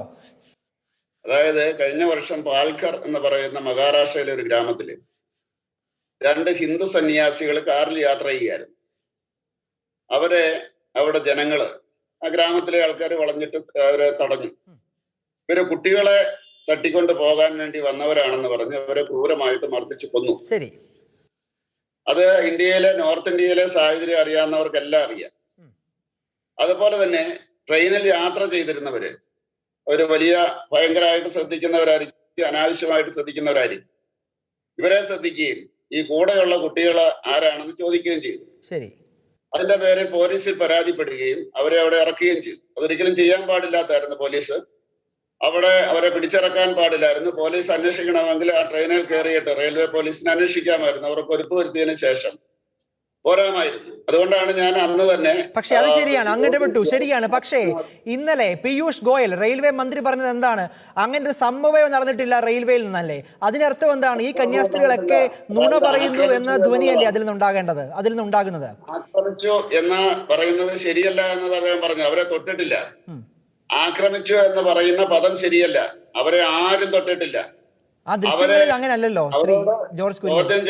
അത് തന്നെയല്ല, വേറൊന്ന്, അന്ന് തന്നെ ഞാൻ യോഗി ആദിത്യനാഥിന് കത്തയച്ചു ഇവർക്കെതിരെ നടപടിയെടുക്കണമെന്ന് പറഞ്ഞുകൊണ്ട്. ശരി. അന്ന് വൈകുന്നേരം അമിത്ഷാ വന്നപ്പോഴ് എറണാകുളത്ത് അദ്ദേഹത്തിന് ഞാൻ നേരിട്ട് മെമ്മോറാണ്ടം കൊടുത്തു. അത് ശരിയാണ്. അദ്ദേഹം പറഞ്ഞു അതിനെതിരെ ശക്തമായിട്ടുള്ള നടപടി എടുക്കും. അല്ല, അതെല്ലാം ശരിയാണ് ശ്രീ ജോർജ് കുര്യൻ. പക്ഷേ ഈ പീയൂഷ് ഗോയൽ ഇങ്ങനെ ഒരു നിലപാട് പറയുന്നത് അത്ര അത് നിഷ്കളങ്കമല്ലല്ലോ. ഗോയൽ പറഞ്ഞത് 100% ശരിയാണ്. അവരെ ആക്രമിച്ചിട്ടില്ല. ആ ദൃശ്യങ്ങളിൽ അതിൽ കൂടുതൽ എന്ത് ആക്രമണമാണ് ആ സമൂഹം നേരിടുന്നത്? താങ്കൾ ഇപ്പോഴ് ബുദ്ധിമുട്ടുണ്ടായി എന്ന് പറഞ്ഞത്. അല്ലെങ്കിൽ മാധ്യമങ്ങളെ മുഴുവൻ ആക്രമിച്ചു എന്നായിരുന്നു. താങ്കളുടെ മനസ്സിലേക്ക് തന്നെ അവർക്ക് ബുദ്ധിമുട്ടല്ല, അവർ എല്ലാ അർത്ഥത്തിൽ അപമാനിക്കപ്പെടുകയാണ്. അത് അക്രമം തന്നെയാണ് ശ്രീ ജോർജ് കുര്യൻ. ഫാദർ ബേസിൽ, ആദ്യഘട്ടത്തിൽ അങ്ങ് പറഞ്ഞു അങ്ങേക്ക് ഇതുമായി ബന്ധപ്പെട്ട് ധാരാളം അങ്ങയുടെ മുമ്പിൽ കുറേ അനുഭവങ്ങളുമായി ധാരാളം ആളുകൾ ഇട്ടിട്ടുണ്ട്. അങ്ങ് പല വിഷയങ്ങൾ ഇടപെട്ടിട്ടുണ്ട്. അങ്ങ് അതിൻ്റെ ഒരു മോഡസ് ഓപ്പറാണ്ടിയും പറഞ്ഞു കഴിഞ്ഞു ആദ്യഘട്ടത്തിൽ. ഇത്തരം സംഭവങ്ങൾ ഉണ്ടാകുമ്പോൾ എന്തുകൊണ്ടായിരിക്കാം അത് പോലീസ് കേസായി മാറുന്നത് നമ്മൾ അധികം കാണുന്നില്ല, പൊതു ചർച്ചയായി മാറുന്നത് കാണുന്നില്ല? എല്ലാം വളരെ പെട്ടെന്ന് ഇങ്ങനെ സൈലൻസ്ഡ് ആവുകയാണല്ലോ. എന്താണ് ഈ ഇതിന് ഇരകളായ ആളുകൾ പറഞ്ഞു വെക്കുന്ന അനുഭവങ്ങൾ എങ്ങനെയാണ്? എന്താണ് അവർ പറയുന്ന പൊതുവായിട്ടുള്ള ചിന്ത? ഇരകളായി തീരുന്ന ആൾക്കാരെ സംബന്ധിച്ചിടത്തോളം അവരനുഭവിക്കുന്ന ഒരു നിസ്സഹായമായ അവസ്ഥയുണ്ട്. ഒരു കുടുംബത്തെ സംബന്ധിച്ചിടത്തോളം അവരുടെ മക്കൾ അവരിൽ നിന്നും പറിച്ചെടുക്കുന്ന അനുഭവം എന്ന് പറയുന്നത് ഏറ്റവും വേദനാജനകമായ അനുഭവമാണ്. ആ അനുഭവത്തിൽ മകൾ പോകുന്ന ഒരു സാഹചര്യം വരുമ്പോഴത്തേക്ക് സമൂഹത്തിൻ്റെ മുമ്പിൽ അപമാനിതമാകുന്ന കുടുംബത്തെ സംബന്ധിച്ചിടത്തോളം സമൂഹത്തിൽ നിന്നും സഭയിൽ നിന്നും സമുദായത്തിൽ നിന്നും ഒക്കെ ഒരു വലിയ കരുതൽ ലഭിക്കേണ്ട ഒരു സാഹചര്യമുണ്ട്.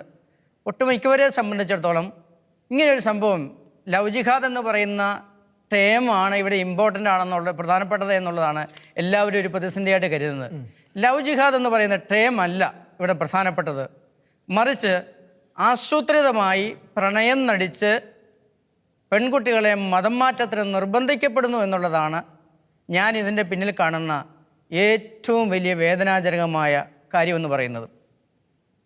ഈ കുടുംബങ്ങൾ ബന്ധക്കാരിൽ നിന്നും സ്വന്തക്കാരിൽ നിന്നും സമുദായത്തിൽ നിന്നും അയൽബന്ധങ്ങളിൽ നിന്നുമൊക്കെ ഒന്നും ഒറ്റപ്പെടുന്ന ഒരു സാഹചര്യം വരുമ്പോൾ അവരെ ഒന്ന് ആശ്വസിപ്പിക്കുവാനായിട്ട് അവരുടെ കാര്യങ്ങൾ ഇടപെടുവാനായിട്ട് മറ്റുള്ളവർക്ക് സാധിക്കാൻ പറ്റാത്ത ഒരു ഗതികേട് ഇവിടെ സൃഷ്ടിക്കപ്പെടുന്നുണ്ട്. ഒരു ഭയത്തിൻ്റെ അരക്ഷിതാവസ്ഥ ഈ സമൂഹത്തിലുണ്ടാകുന്നുണ്ട്. ഒരുപറ്റം ആൾക്കാർ, കാഞ്ഞിരപ്പള്ളി കേസിനെ നമുക്ക് പരിശോധിക്കാം. ഒരുപറ്റം ആൾക്കാർ ഒരു 3-4 വണ്ടിക്ക് വന്നിട്ട് 2 മാസം 3 മാസം മുമ്പ് നടന്ന സംഭവം, ഞങ്ങളുടെ ഒരു മകൾ ഇവിടെ ഉണ്ട്, ഞങ്ങൾ ഇതിനെ കൊണ്ടുപോകണമെന്ന് പറയുമ്പോൾ അവരെ സഹായിക്കാനായിട്ട് ആരും ഉണ്ടായില്ല എന്ന് ആദ്യഘട്ടങ്ങളിലൊക്കെ പറഞ്ഞു കേട്ടിട്ടുണ്ട്. ആ കുടുംബവുമായിട്ട് ഒക്കെ ബന്ധപ്പെടുമ്പോൾ അവർ ആദ്യഘട്ടത്തിൽ പറഞ്ഞിട്ടുണ്ട്. പിന്നീട് സഹായിച്ചിട്ട് കാര്യമില്ല. മകൾ പോയതിന് ശേഷം ഈ മകളെ കോടതിയിൽ നിയമവ്യവസ്ഥയ്ക്ക് പ്രസൻറ്റ് ചെയ്യുമ്പോഴത്തേക്കും 18 വയസ്സായ കൊച്ചു കോടതിയിൽ ചെന്നിട്ട് മജിസ്ട്രേറ്റിൻ്റെ മുമ്പിലോ ജഡ്ജിൻ്റെ മുമ്പിലോ പോയി പറയുകയാണ് ഇനി എൻ്റെ സ്വന്തം ഇഷ്ടത്താലേ പോയതാണെന്ന് പറയുമ്പോൾ അതിൻ്റെ പിന്നിൽ ആരാണോ തട്ടിക്കൊണ്ട് പോയത് ആ ആളിൻ്റെ കീഴിൽ നിന്നുകൊണ്ടാണ് ഈ കുഞ്ഞ് മറുപടി പറയുന്നത്. സ്വതന്ത്രമായിട്ട് കുഞ്ഞിനെ മറ്റൊരു സ്ഥലത്തേക്ക് മാറ്റി നിർത്തിയിട്ട് ഒരു 3, 4, 6 മാസത്തേക്ക് ഒരു സംവിധാനത്തിൻ്റെ കീഴിലേക്ക് മാറ്റി നിർത്തിയിട്ട് അതിനോട് ചോദിച്ചു കഴിഞ്ഞാൽ അത് സത്യം മുഴുവൻ തുറന്നു പറയുമെന്ന് വിശ്വസിക്കുന്ന ഒരാളാണ്. അങ്ങനെ സത്യം പറഞ്ഞ 100 കണക്കിന് കേസുകൾ എൻ്റെ മുമ്പിലുണ്ട്. ശരി, ഒരു നിമിഷം. ഈ കോടതിയിൽ ഇവർ ഇങ്ങനൊരു വാദം പറഞ്ഞാൽ അതിന് പിന്നെ മുമ്പോട്ട്, അതായത് ഈ തട്ടിക്കൊണ്ട് പോകുന്നവർക്ക് അനുകൂലമായിട്ട് കാര്യങ്ങൾ മാറും, അങ്ങനെയാണല്ലേ? അനുകൂലമായിട്ട് കാര്യങ്ങൾ മാറുകയാണ്. കാരണം അവരുടെ സ്വന്തം ഇഷ്ടത്തിന് പോയി എന്നൊരു കഥയിലേക്ക് അത് മാറും. നിയമം അനുകൂലമായിട്ട് മാറി. 18 വയസ്സായി, നിയമം അനുകൂലമായി. അവർക്ക് തട്ടിക്കൊണ്ട് പോയവർക്ക് നിയമം അനുകൂലമായി. നമ്മളിവിടെ പരിശോധിക്കേണ്ടത് ഇതിന്റെ പിന്നിലെ പ്രൊഫഷണൽ ഓപ്പറേഷനെ കുറിച്ചാണ് പരിശോധിക്കേണ്ടത്. ഒരു സംശയം ചോദിച്ചോട്ടെ, ഈ ഇങ്ങനെ തട്ടിക്കൊണ്ട് പോയ കണിയപ്പെട്ടു പോയ പിള്ളേർ തിരിച്ചു വന്നാൽ അവരെ സ്വീകരിക്കാൻ എന്തെങ്കിലും സംവിധാനം നമുക്കുണ്ടോ? അങ്ങനെ പലരുടെയും പ്രശ്നം അതാണ്. തിരിച്ചു വന്നാൽ ആർക്കും വേണ്ട, തിരിച്ചു വന്നാൽ ആരും അവരെ സ്വീകരിക്കാനില്ല. കാരണം പോയി ഇപ്പൊ എറണാകുളത്തെ ആ സംഭവമൊക്കെയാണ് അവർ എറണാകുളത്ത് നിന്ന് വീടേ വിട്ടുപോയെന്നാണ് ഞാൻ മനസ്സിലാക്കുന്നത്. ഈ സോണിയ സെബാസ്റ്റ്യന്റെ വീട്ടുകാരൻ അങ്ങനെയൊക്കെ ഞാൻ വായിച്ചത്, എനിക്കറിയത്തില്ല. ദേവപ്രസാദ് സാറേ, ഒരുപക്ഷെ ആദ്യഘട്ടത്തിലൊക്കെ ഇങ്ങനെ ഒരു ഭയത്തിന്റെ പശ്ചാത്തലത്തിൽ അങ്ങനെ ഒരു സംവിധാനം ഉണ്ടായിരുന്നു. ഇന്ന് നമ്മൾ വിചാരിച്ചാൽ ആവശ്യത്തിന് സഹായ സംരക്ഷണം കൂടാനായിട്ട് നമുക്ക് പറ്റും. ഫാദർ ബേസിൽ അങ്ങനെ ഇടപെടുന്ന ആളുമാണ് അല്ലേ? ഏത് കുടുംബത്തിനും നമുക്ക് സംരക്ഷണം കൊടുക്കാനായിട്ട് പറ്റും. ഏത് പെൺകുട്ടിക്കും സംരക്ഷണം കൊടുക്കാൻ പ്രശ്നമല്ല, ഈ ഇറങ്ങി വരുന്ന കുട്ടിയുടെ സംരക്ഷണമാണ് പ്രശ്നം. തീർച്ചയായും പറയൂ ശ്രീ ജോർജ് കുര്യൻ. അതായത് 100 കണക്കിന് പെൺകുട്ടികൾ തിരിച്ചു വന്നിട്ടുണ്ട്. അവരൊരു കുഴപ്പമില്ലാതെ ജീവിക്കുന്നുണ്ട്. അതിനുവേണ്ടി അച്ഛന്മാര് പ്രവർത്തിക്കുന്നുണ്ട്. വളരെ ധൈര്യത്തോടു കൂടി ജീവൻ പോലും പണയം വെച്ചുകൊണ്ട് വിശ്വാസം, ക്രിസ്തു എന്റെ കൂടെ ഉണ്ട് എന്ന് വിശ്വസിക്കുന്ന ക്രിസ്ത്യാനികൾ, fear not, Jesus Christ is with you എന്ന് വിശ്വസിക്കുന്ന അച്ഛന്മാരുണ്ട്. അവരുടെ ഒന്നും പേര് ഞാൻ പറയുന്നില്ല. 100 കണക്കിന് പെൺകുട്ടികൾ ഒരു കുഴപ്പമില്ലാതെ ജീവിക്കുന്നുണ്ട്. അതിനുവേണ്ടി അച്ഛന്മാര് പ്രവർത്തിക്കുന്നുണ്ട്. ആ കാര്യത്തിൽ ആരും സംശയമില്ല. അതുകൊണ്ട് പെൺകുട്ടികൾ ആരും അനാഥമാകുന്നില്ല. പെൺകുട്ടികളോ അവരുടെ കുടുംബങ്ങളോ ഈ അവസരത്തിൽ ഒറ്റപ്പെടുന്നില്ല എന്നുള്ളതാണ്. ഒരു അബദ്ധം പറ്റിയതിന്റെ പേരിൽ പോയതിന്റെ പേരിൽ അവർക്ക് തിരിച്ചു വരാൻ പറ്റാത്തൊരവസ്ഥ നമ്മുടെ സമൂഹത്തിലും നമ്മുടെ സമുദായത്തിലും ഇല്ല ഇന്ന്. അത് തന്നെയാണ് ശരി. ധൈര്യത്തോടെ ആർക്കും തിരിച്ചു വരാം. വളരെ സൂക്ഷ്മമായിട്ട് ഇത് നിരീക്ഷിക്കുന്നത് കൊണ്ട്, ഇതിന്റെ പിന്നിലുള്ളത് കൊണ്ടും വളരെ ശക്തമായിട്ട് അച്ഛന്മാര് തന്നെ രംഗത്തുണ്ട്, സഭയുടെ ആൾക്കാരുണ്ട്. അത് വളരെ അവർ തിരിച്ചു വരുന്നതിനൊന്നും ഒരു കുഴപ്പമില്ല. അങ്ങനെ ഒരു ചിന്തയെ ശരിയല്ല. ഫാദർ ബേസിൽ, അങ്ങയുടെ അനുഭവത്തിൽ ഇത്തരം കാര്യങ്ങൾ നമ്മുടെ ഇടങ്ങളിൽ വളരെ സജീവമായി മാറുന്നത് എന്ത് കാരണങ്ങൾ കൊണ്ടാകാം? എന്തായിരിക്കും അതിൻ്റെ പിന്നിൽ? നമ്മൾ കൊടുക്കുന്ന വിശ്വാസത്തിൻ്റെ ആ ഒരു ക്വാണ്ടിറ്റി, അല്ലെങ്കിൽ അത് അനുഭവവേദ്യമാകാതെ പോകുന്നതാണോ, അതോ ഈ പ്രലോഭനങ്ങളെ അതിജീവിക്കാൻ ഈ കുട്ടികൾക്ക് സാധിക്കാതെ വരുന്നതാണോ? അതിനെന്താണ് മുമ്പിലുള്ള പ്രതിവിധി? ഒരു സമൂഹത്തെ സംബന്ധിച്ചുള്ള, ഒരു സഭയെ സംബന്ധിച്ചിടത്തോളം, അതിൻ്റെ ആചാര അനുഷ്ഠാന രീതികളെ സംബന്ധിച്ചിടത്തോളം പൊതുവായ കാര്യങ്ങൾ നമുക്ക് കൊടുക്കാനേ നമുക്ക് പറ്റത്തുള്ളൂ. ആരാധന പൊതുവായിട്ടുണ്ട്, കുർബാന പൊതുവായിട്ടുണ്ട്, പൊതുവായ വിശ്വാസത്തിൻ്റെ ആഘോഷങ്ങളൊക്കെ ഉണ്ട്.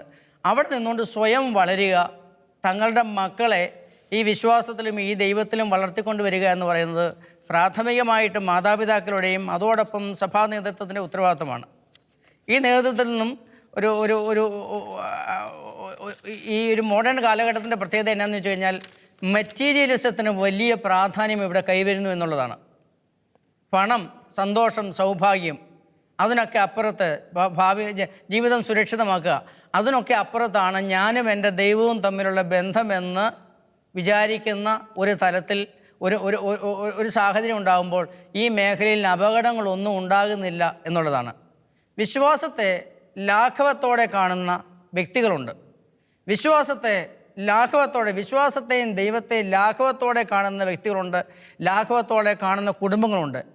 ഇങ്ങനെ ലാഘവത്തോടെ കാണുന്ന അതോടൊപ്പം തന്നെ ഗൗരവത്തോടെ കാണുന്ന കുടുംബങ്ങളിലെ മക്കളുടെ ഇടയിലും അവർ ചില കെണികളിലേക്ക്, സൗഹൃദത്തിൻ്റെ കെണികളിലേക്ക് സ്വാഭാവികമായിട്ട് വിദ്യാഭ്യാസ ജോലിയിടങ്ങളിലൊക്കെ നയിക്കപ്പെടുന്ന സാഹചര്യങ്ങളൊക്കെ ഉണ്ടാകുന്നുണ്ട്. ആദ്യഘട്ടങ്ങളിൽ ഇവർ തുറന്നു പറയുകയാണെങ്കിൽ നമുക്ക് ഇതിനെ അതിജീവിക്കാനായിട്ട് വളരെ എളുപ്പമാണ്. കെണിയിലേക്ക്, വലിയ കുഴിയിലേക്ക് പോയതിന് ശേഷമാണ് പലരും ഈ കാര്യങ്ങൾ വെളിപ്പെടുത്തുന്നത്. ശരി. ശ്രീ ടി ദേവപ്രസാദ്, അങ്ങ് ഈ വിഷയത്തെ നോക്കിക്കാണുമ്പോൾ ഒരു പ്രധാനപ്പെട്ട പ്രശ്നം കേരള സമൂഹം മുന്നോട്ട് വെക്കുന്നത്, ഇത്തരം വിഷയങ്ങൾ നമ്മൾ ചർച്ച ചെയ്യുമ്പോൾ നമ്മുടെ നാടിൻ്റെ ഒരു സോഷ്യൽ ഹാർമണിയൊക്കെ ഇത് ബാധിക്കില്ല. കാരണം ഒരു ന്യൂനപക്ഷത്തിൻ്റെ ഒരു ചെറിയ വിഭാഗമായിരിക്കാം ഇത്തരം തീവ്രമായ സ്വഭാവമുള്ള ഇത്തരം കാര്യങ്ങൾ ഇടപെടുന്നത്. അപ്പോൾ അതിനെ മൊത്തത്തിൽ അടച്ചാക്ഷേപിക്കുന്ന ഒരു ശൈലിയിലേക്ക് ഒരുപക്ഷെ പല ഘട്ടങ്ങളിലും പോകുന്നുമുണ്ടാകാം. പക്ഷേ ഇതിനൊരു ബാലൻസ് വേണമല്ലോ. കാരണം ഇതൊരു വലിയ പ്രശ്നമാണ് എന്നത് അവിടെ നിൽക്കുന്നു. ഒപ്പം ഈ നാടിൻ്റെ സാമൂഹികമായ സോഷ്യൽ ഹാർമണി, മതസൗഹാർദ്ദമൊന്നും തകരാൻ പാടുകയുമില്ല. ഈ രണ്ട് കാര്യങ്ങളെയും സങ്കീർണതയില്ലാതെ പരിഹരിക്കാൻ സാധിക്കുമോ? സങ്കീർണതയില്ലാതെ പരിഹരിക്കപ്പെടേണ്ടതാണ്. ഈ ഒന്നാമതായി ഇതിനെക്കുറിച്ച് മനസ്സിലാക്കേണ്ടത് ക്രിസ്ത്യാനികളുടെ മാത്രം പ്രശ്നമല്ല. ക്രിസ്ത്യാനികൾ ഇതിന് ശബ്ദം കൂടുതൽ ഉയർത്തുന്ന അവരുടെ സമൂഹത്തിൽ നിന്ന് കൂടുതൽ പേര് ഇങ്ങനെ പോയിട്ടുള്ളത് കൊണ്ടാവണം.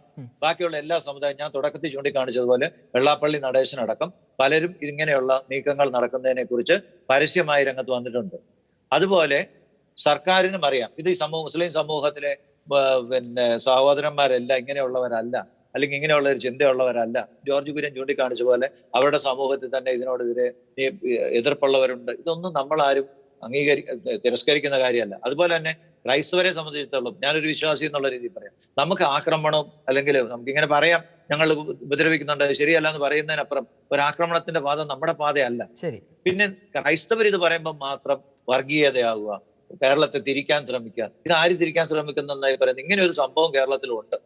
ഇന്നലെ CPI ജനറൽ സെക്രട്ടറി പറഞ്ഞത്, കാനം രാജേന്ദ്രൻ പറഞ്ഞത്, മതമൗലികവാദികളുടെ ഒരു വ്യാജ പ്രചരണമാണ് അത് ജോസ് കെ മാണി ഏറ്റുപിടിക്കുന്നതെന്ന് പറഞ്ഞത്. അപ്പോൾ ഓർക്കണം, അങ്ങ് പറഞ്ഞു KCBC വിഷയത്തിൽ ഇടപെടുന്നു, സഭ ഇടപെടുന്നു എന്നൊക്കെ അങ്ങ് പറഞ്ഞല്ലോ. അപ്പോൾ ഈ കേരളത്തിലെ ക്രൈസ്തവ സമൂഹത്തെയും ആ ഒരു ടാഗിലാണോ പെടുത്തുന്നത്? അതും ഒരു ആശങ്കപ്പെടുന്ന പ്രസ്താവനയല്ലേ? ഇക്കാര്യം പറഞ്ഞാൽ അങ്ങനെ പെടുത്തി മുസ്ലിമുകളുടെ പിന്തുണ നേടാനുള്ള ഒരു വലിയ ശ്രമം ഇന്ന് കേരളത്തിലുണ്ട്. അത് ഇടതുപക്ഷ പാർട്ടിക്കും ഉണ്ടല്ലേ? ഇടതുപക്ഷ പാർട്ടിയിലും ഉണ്ട്, കോൺഗ്രസിലും ഉണ്ട്. കോൺഗ്രസിനെ കുറിച്ച് ഒരക്ഷരം മിണ്ടത്തില്ല. ഇന്നലെ മുല്ലപ്പള്ളി രാമചന്ദ്രനോട് കമന്റ് ചോദിച്ചപ്പോൾ ഞാൻ പിന്നീട് പറയാമെന്ന് പറഞ്ഞ് പോവായത്. ശരി, ഈ ഒരു സംഭവത്തെ കുറിച്ച് നമ്മളിതെല്ലാം കാണുന്നുണ്ട്. ഇത് ഞാൻ തുടക്കത്തിൽ പറഞ്ഞ പോലെ ഈ രണ്ട് മുഖ്യധാരാ പാർട്ടികളിലും രണ്ട് മുന്നണികളിലും പെട്ട നേതാക്കന്മാർക്ക് അതെനിക്ക് തോന്നുന്നത് ബോധപൂർവം അവര് ഈ മുസ്ലിം സമൂഹം അതിന് പെടുത്തുന്ന ഒരു സ്വാധീനമാണ്. ഇപ്പം ഇടതുപക്ഷത്താണെങ്കിൽ KT ജലീലിനെ പോലെ കുറെ ആൾക്കാർ കയറി അതിനകത്ത് സ്വാധീനം ചെലുത്തുന്നു. മറ്റേ മുസ്ലിം ലീഗ് തന്നെ അവിടെയുണ്ട്. അപ്പൊ രണ്ടിടത്തും അവര് ഒത്തിരി വലിയ കാര്യം, അത് ശരിയാണ്, അവരുടെ മേഖലയിൽ അവർക്ക് നല്ല പിന്തുണയാണ്. പക്ഷെ ഈ ഇടതുപക്ഷത്തിന് ഈ പറയുന്നത് പോലെ ഒരു പിന്തുണയൊന്നും കിട്ടിയിട്ടില്ല. പിന്നെ കാനൻ രാജേന്ദ്രൻ പറഞ്ഞതിനെ കുറിച്ച് ഞാൻ ഒരു കാര്യം ഓർമ്മിപ്പിക്കാം. നിങ്ങൾ ഓർക്കുന്നുണ്ടാവും, കാനൻ രാജേന്ദ്രന്റെ പാർട്ടിയും CPM-ഉം തമ്മിലൊരു വലിയ സംവാദം ഉണ്ടായി. അവരുടെ പൊന്നാനി സീറ്റ് മാറിയ വർഷങ്ങൾക്ക് മുമ്പാണ്. അത് മദനിയുടെ പാർട്ടിയിൽപ്പെട്ട ഒരു ഹുസൈനോ ആർക്കും കൊടുത്തു, രണ്ടത്താണിക്ക് കൊടുത്തു എന്ന് പറഞ്ഞൊരു വിവാദം ഉണ്ടായി. അത് ആർക്ക് വേണ്ടിയായിരുന്നു CPI വിവാദം ഉണ്ടാക്കിയത്? വിവാദം ഉണ്ടാക്കിയ സ്ഥാനാർത്ഥി വയനാട്ടിൽ മത്സരിച്ചു. അദ്ദേഹം പിറ്റേ വർഷം മുസ്ലിം ലീഗിൽ ചേർന്നു. വായിച്ചിട്ടുണ്ടോ? അത് ഓർക്കുന്നുണ്ടോ ഒരു സംഭവം? ഇതാണ് CPI-യുടെ അനുഭവം. അപ്പൊ നമ്മൾ അതിനെക്കുറിച്ചൊന്നും അതൊന്നും നമ്മൾ വലിയൊരു ഇഷ്യൂ ഇത് ഓർക്കുന്ന മനുഷ്യരുണ്ട്. പൊളിറ്റിക്കൽ മെമ്മറി ഷോർട്ട് ലിവ്ഡ് എന്ന് പറഞ്ഞാൽ കുറച്ച് പേരെ അങ്ങനെ മറന്നു പോകുമായിരിക്കും. പിന്നെ പലരെ സംബന്ധിച്ചിടത്തോളം ഇത് പറയാനുള്ള ഒരു പേടി ഇതാണ്. ഇപ്പം ജോർജ് കുര്യൻ പറഞ്ഞാൽ 30% അല്ല, ഇപ്പൊ 26%, 27% അവരുണ്ട്. ക്രിസ്ത്യാനികൾ 18% എന്ന് പറയുന്നത് എങ്ങനെയായാലും ഒരു 5 ഗ്രൂപ്പായിട്ട് നിൽക്കുള്ളൂ. മറ്റേ ഒരു 30% ഉള്ളതെന്ന് പറയുന്നത് മിക്കവാറും ഒരു 10-20% ഒന്നിച്ചിരിക്കും. അല്ലെങ്കിൽ അവരുടെ ബെൽറ്റിലെ സീറ്റുകളിൽ അവർക്ക് ജയിക്കാൻ പറ്റും. പക്ഷെ ഇടതുപക്ഷത്തിന് ഇതിന്റെ വലിയ ഒരു ജലീലൊക്കെ ജയിച്ചിട്ടുണ്ടെന്നുള്ള ശരി, അതിനപ്പുറം ഒരു വലിയ ഒരു ഇൻറോഡ്സ് ഒന്നും ഇതിലേക്ക് കിട്ടിയിട്ടില്ല. പക്ഷെ എന്നാലും പടക്കാൻ പേടിയാണ്. ഇപ്പൊ സച്ചാർ കമ്മീഷൻ റിപ്പോർട്ടിന് പകരം ബാലോലി കമ്മിറ്റി റിപ്പോർട്ട് വെച്ചത് അത് നമ്മുടെ വിഷയമല്ലാത്തതുകൊണ്ടാണ്. അതിലേക്കൊക്കെ വന്നതൊക്കെ ഈ വോട്ട് ബാങ്കിനെ പ്രീതിപ്പെടുത്താൻ വേണ്ടിയിട്ട് മാത്രമാണ്, അല്ലെങ്കിൽ അവരെ കൂടെ നിർത്താൻ വേണ്ടി മാത്രമാണ്. പക്ഷെ ഇത് അവർക്ക് കൊടുക്കുന്നതിന് നമുക്ക് ആർക്കും യാതൊരു വിഷമവുമില്ല. അല്ലെങ്കിൽ അവരെ ഒരു സമൂഹത്തെ വളർത്തിക്കൊണ്ടുവരാൻ, ഇന്ന് കേരളത്തിലെ സമൂഹത്തിലെ പിന്നോക്കം കിടന്ന സമൂഹത്തെ വളർത്തിക്കൊണ്ടുവരാൻ ഏറ്റവും വലിയ സംഭാവന ചെയ്ത ക്രൈസ്തവ സമൂഹമാണ്. നമ്മുടെ വിദ്യാഭ്യാസ സ്ഥാപനങ്ങളാണ്, നമ്മുടെ ആതുരാലയങ്ങളാണ്, നമ്മുടെ അനാഥ മന്ദിരങ്ങളാണ്. ഇതൊക്കെ പ്രവർത്തിച്ചിട്ടുണ്ട്. അതിന് എതിർത്ത് പറയല്ല. ഇന്ന് കിട്ടേണ്ടത് പോലും കിട്ടാതെ വരും. ഇതൊന്നും പറയാൻ ക്രൈസ്തവ സമൂഹ നേതാക്കന്മാർ ഇല്ലാത്തതും ഒരു പ്രശ്നമാണ് അല്ലേ ശ്രീ ടി ദേവപ്രസാദ്? അല്ല, ക്രൈസ്തവ നേതാക്കന്മാരില്ലാത്തതെന്ന് പറഞ്ഞാൽ ഇന്ന് കുറച്ചും പച്ചൻ പറഞ്ഞ പോലെ ഒരു നമ്മുടെ വിശ്വാസ പരിശീലനത്തിനൊക്കെ പറ്റിയ കരാറുകൾ ഉണ്ടാവുമെന്നാണ് എനിക്ക് തോന്നുന്നു. അതിനെക്കുറിച്ച് നമുക്ക് ഈ ഒരു ചർച്ചയിൽ അതിന് പ്രസക്തിയില്ല. പക്ഷേ ഈ പഴയ ഒരു തെരിയത് കുഞ്ഞിത്തമ്മ എന്ന് പറഞ്ഞൊരു നേതാവിനെ കുറിച്ച് പറഞ്ഞു കേട്ടൊരു കഥയുണ്ട് തിരുവനന്തപുരം. അദ്ദേഹം ഒരു പ്രാവശ്യം നിയമസഭയിൽ എന്തോ ചർച്ച നടക്കുമ്പോൾ, അതും മഹാരാജാവിന്റെ അസംബ്ലിയാണ്, കാഴ്ച ബംഗ്ലാവിലേക്ക് ഏതോ ഒരു മൃഗത്തെ കൊണ്ടുവരുന്ന അദ്ദേഹം ചർച്ച നടക്കുകയാണ്. അദ്ദേഹം ഉറങ്ങിപ്പോയി. അപ്പം ആരോ അദ്ദേഹത്തെ കുത്തി വിളിക്ക് പറഞ്ഞു അത്രേ, ക്രിസ്ത്യാനിക്ക് നഷ്ടം വരുന്ന ഒരു സംഭവം പറയുന്നുണ്ട്. ഇദ്ദേഹം ചാടിയേറ്റ് പറഞ്ഞു അത്ര, അക്കൂടെ ഒരു ക്രിസ്ത്യാനി വേണമെന്ന് പറഞ്ഞെന്നൊക്കെ പറഞ്ഞുള്ള സമുദായ നേതാക്കന്മാരെ കുറിച്ച് കേട്ടിട്ടുണ്ട്. അത് ഇവിടുത്തെ ഒരു തമാശയാണ്. പക്ഷേ ഇത്തരത്തിലുള്ള ഒരു ബോധം ക്രൈസ്തവർക്ക് കിട്ടേണ്ട അംഗീകാരം അല്ല, നമ്മളെ സംബന്ധിച്ചിടത്തോളം മറ്റുള്ളവർക്ക് കിട്ടേണ്ട അംഗീകാരം ഒന്നും മേടിച്ചെടുക്കണമെന്നോ അല്ല പറഞ്ഞു. നമുക്കുകളെ സംബന്ധിച്ചിടത്തോളം നമുക്ക് കിട്ടേണ്ട അംഗീകാരം കിട്ടണം. നമ്മുടെ കുഞ്ഞുങ്ങളെ ഇങ്ങനെ മനഃപൂർവ്വം തട്ടിക്കൊണ്ടു പോകുന്നു. ഇപ്പം പ്രണയ വിവാഹത്തെ കുറിച്ചൊക്കെ അച്ഛനൊക്കെ വളരെ ക്ലിയർ ആയിട്ട് നിലപാട് വ്യക്തമാക്കി. ഇപ്പൊ അങ്ങനെ ഒരു പ്രണയ വിവാഹം ആശീർവദിച്ചു കൊടുത്തതിന് തിരുവനന്തപുരത്ത് എറണാകുളത്ത് ഒരു വലിയ വിവാദം ഉണ്ടായിരുന്നു, പള്ളി വെച്ച് ആശീർവദിച്ചു കൊടുത്തതിന്. അപ്പൊ അങ്ങനെയുള്ള ഒരു സാഹചര്യങ്ങളുണ്ട്. നമ്മൾ ഈ അച്ഛൻ പറഞ്ഞതുപോലെ അല്ലാതെ ഒരു വ്യത്യസ്തമായിട്ട് ഈ പ്രണയ വിവാഹത്തെ എതിർക്കുന്നില്ലെന്ന് പറഞ്ഞാൽ അതിനെ ഉള്ളുകൊണ്ട് അംഗീകരിക്കാത്ത ഒത്തിരി മാതാപിതാക്കളുണ്ട്. പ്രണയ വിവാഹത്തെ മൊത്തത്തിൽ അംഗീകരിക്കാത്തവരുണ്ട്, ഈ മതം മാറിയുള്ള പ്രണയ വിവാഹത്തെ തീരെ അംഗീകരിക്കാത്തവരുണ്ട്. പക്ഷെ സഭയ്ക്ക് അങ്ങനെ ഒരു നിലപാടെടുക്കാൻ പറ്റിയല്ലോ, സഭയുടെ ഇതനുസരിച്ച് അങ്ങനെയുള്ളത് പോലും ചിലപ്പോൾ ന്യായീകരിച്ചു കൊടുക്കണം എന്നൊക്കെ പറയുന്നു. പക്ഷെ ഇതിനകത്തൊരു പ്രശ്നം, ഇത് പറയുന്നത് വർഗീയതയാണെന്നും പറഞ്ഞു. ഇത് പറയുന്നത് കൊണ്ട് സമുദായത്തിൽ സംഘർഷം ക്രൈസ്തവർ ശ്രമിക്കുന്നു എന്ന് പറയുന്നത് ക്രൈസ്തവരെ മനസ്സിലാക്കാത്തവരാണ്. എവിടെയെങ്കിലും നമ്മൾ ഇങ്ങനെ ഇത് ഈ ഭാരതത്തിലെ 2000 വർഷത്തെ ചരിത്രത്തിൽ എന്തെങ്കിലും ക്രിസ്ത്യാനികൾ ഒരു ആയുധ സമരം നടത്തിയിട്ട് ആരെങ്കിലും കേട്ടിട്ടുണ്ടോ? ഇവിടെ ഉണ്ടായിരുന്നല്ലോ ക്രൈസ്തവര്. ഒരിക്കലും ഇപ്പൊ നമ്മൾ പറയുമ്പോഴും ഒരു മുസ്ലിം സഹോദരന്റെ പോലും ഇപ്പം ഒരു തീവ്രവാദി സംഘടന ഉണ്ടായിരുന്നെങ്കിൽ ജോസഫ് സാറിനെ വെട്ടിപ്പം വേണേ തിരിച്ചു വെട്ടാൻ പറ്റുമല്ലായിരുന്നോ? പറ്റിയല്ലാത്തതുകൊണ്ടല്ലോ. അത് ശരിയല്ല, അത് പാടില്ല. അവൻ ക്രിസ്ത്യാനി അല്ല എന്ന് വിശ്വസിക്കുന്ന ഒരു സമൂഹം നമ്മള്. എങ്കിൽ പിന്നെ യേശുവിൽ വിശ്വസിക്കുന്ന പറഞ്ഞിട്ട് കാര്യമില്ല. അപ്പൊ യേശുവിൽ വിശ്വസിക്കുന്നവർക്ക്, പക്ഷെ ഒരു കാര്യമുണ്ട്, യേശുവിൽ വിശ്വസിക്കുന്നവർക്ക് അവരുടെ അവകാശങ്ങൾ നിഷേധിക്കപ്പെടുമ്പോൾ, അനീതി അവരോട് നടത്തുന്നു എന്ന് പറയുമ്പോൾ, എന്തുകൊണ്ട് എന്നോട് ഇങ്ങനെ ചെയ്യുന്നു? അന്നാസിന്റെ വീട്ടിൽ വെച്ച് ചവിട്ടത്തടിക്കുമ്പോ കർത്താവ് ചോദിച്ചൊരു ചോദ്യമുണ്ട്, നീ എന്തിനാണ് എന്റെ ചവിട്ടത്തടിച്ചത്? ഞാൻ പറഞ്ഞതിൽ തെറ്റുണ്ടെങ്കിൽ പറയുക, ഇല്ലെങ്കിൽ ഞാൻ അടിച്ചത് എന്തിനാന്ന് പറയാം എന്ന് പറഞ്ഞതുപോലെയുള്ള പ്രതികരണം മാത്രമേ ഇതുള്ളൂ. നമ്മളുടെ കുഞ്ഞുങ്ങളെ തട്ടിക്കൊണ്ടുപോകും, ഈ ബോധപൂർവ്വം തട്ടിക്കൊണ്ടുപോവുക. ഇപ്പൊ അഫ്ഗാനിസ്ഥാനിൽ നിന്ന് സോണിയ സെബാസ്റ്റ്യന്റെ കഥ എല്ലാവരും വായിച്ചല്ലേ? ഏഷ്യയുടെ കഥ വായിച്ചതല്ലോ. ഇത് ഒരുമാതിരി വിദ്യാഭ്യാസം ഉള്ളവരെല്ലാം അറിഞ്ഞിട്ടുള്ള. ഇത് വീക്ക് എന്ന് പറഞ്ഞ പത്രത്തിലാണ് വന്നത്, അല്ല ബാക്കി എല്ലാ പത്രത്തിലും വന്നതാ. വീക്കിന്റെ നാട്ടിലെ പത്രത്തിന് മറ്റൊരു നിലപാടാണ് ഈ വിഷയത്തിൽ. അല്ല, വീക്കിൽ ഇങ്ങനെ വാർത്ത വന്നേ ഉള്ളൂ. അല്ല, വീക്ക് അതിനകത്തൊരു എതിർ നിലപാടെടുത്തെന്നല്ല ഞാൻ പറഞ്ഞു. മനോരമയുടെ പത്രത്തിൽ വന്നു. കാരണം ഇതിനൊരു ക്രെഡിബിലിറ്റി വേണമല്ലോ. ജോർജ് കുര്യൻ പറഞ്ഞു കേട്ടില്ലേ, ലവ് ജിഹാദ് എന്ന വാക്ക് ഉപയോഗിക്കാവുന്ന ഒരു പത്രം, ആ പത്രത്തിന്റെ പേര് പറയാൻ ജോർജ് കുര്യൻ ധൈര്യമില്ലായിരുന്നു. കാരണം ഇവർക്ക് ഈ രാഷ്ട്രീയക്കാർക്ക് എല്ലാം മാധ്യമങ്ങളെ പേടിയാണ്. തീർച്ചയായും നാളത്തെ ചർച്ചയ്ക്ക് വിളിക്കത്തില്ല. അങ്ങനെയൊക്കെയുള്ള സാഹചര്യമുണ്ട്. പക്ഷെ ഞാൻ അതല്ല നമുക്ക് ഇവിടെ പറഞ്ഞു. ഇതിനകത്ത് എനിക്ക് ഇതായിട്ട് ഇത് മുസ്ലിം സമുദായത്തിന് വലിയ പ്രാമുഖ്യമൊന്നും ഉണ്ടാക്കുന്നില്ല ഇതുകൊണ്ട്. പക്ഷെ ക്രൈസ്തവരുടെ ഇടയ്ക്ക് വല്ലാതെ വേദന ഉണ്ടാക്കുന്നുണ്ട്. KT ജലീൽ ഒരു ഫേസ്ബുക്ക് പോസ്റ്റ് എഴുതിയതിനെ കുറിച്ച് ഓർക്കുന്നുണ്ടോ?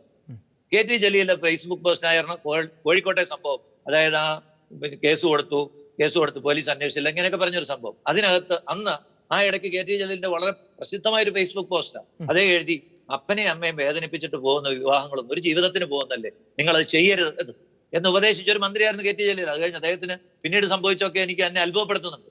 അങ്ങനെ അന്ന് അദ്ദേഹത്തിന്റെ ഒരു ഫേസ്ബുക്ക് പോസ്റ്റ് എഴുതി. അപ്പം ഇതിനകത്തൊക്കെ അദ്ദേഹം പറഞ്ഞതിനോടാണ് നമ്മുടെ യോജിപ്പ്.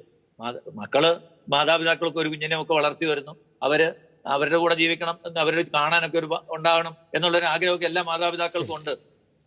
അത് വെച്ച് ഇത് ചെയ്യുന്നത് വലിയ ക്രൂരതയാണ്.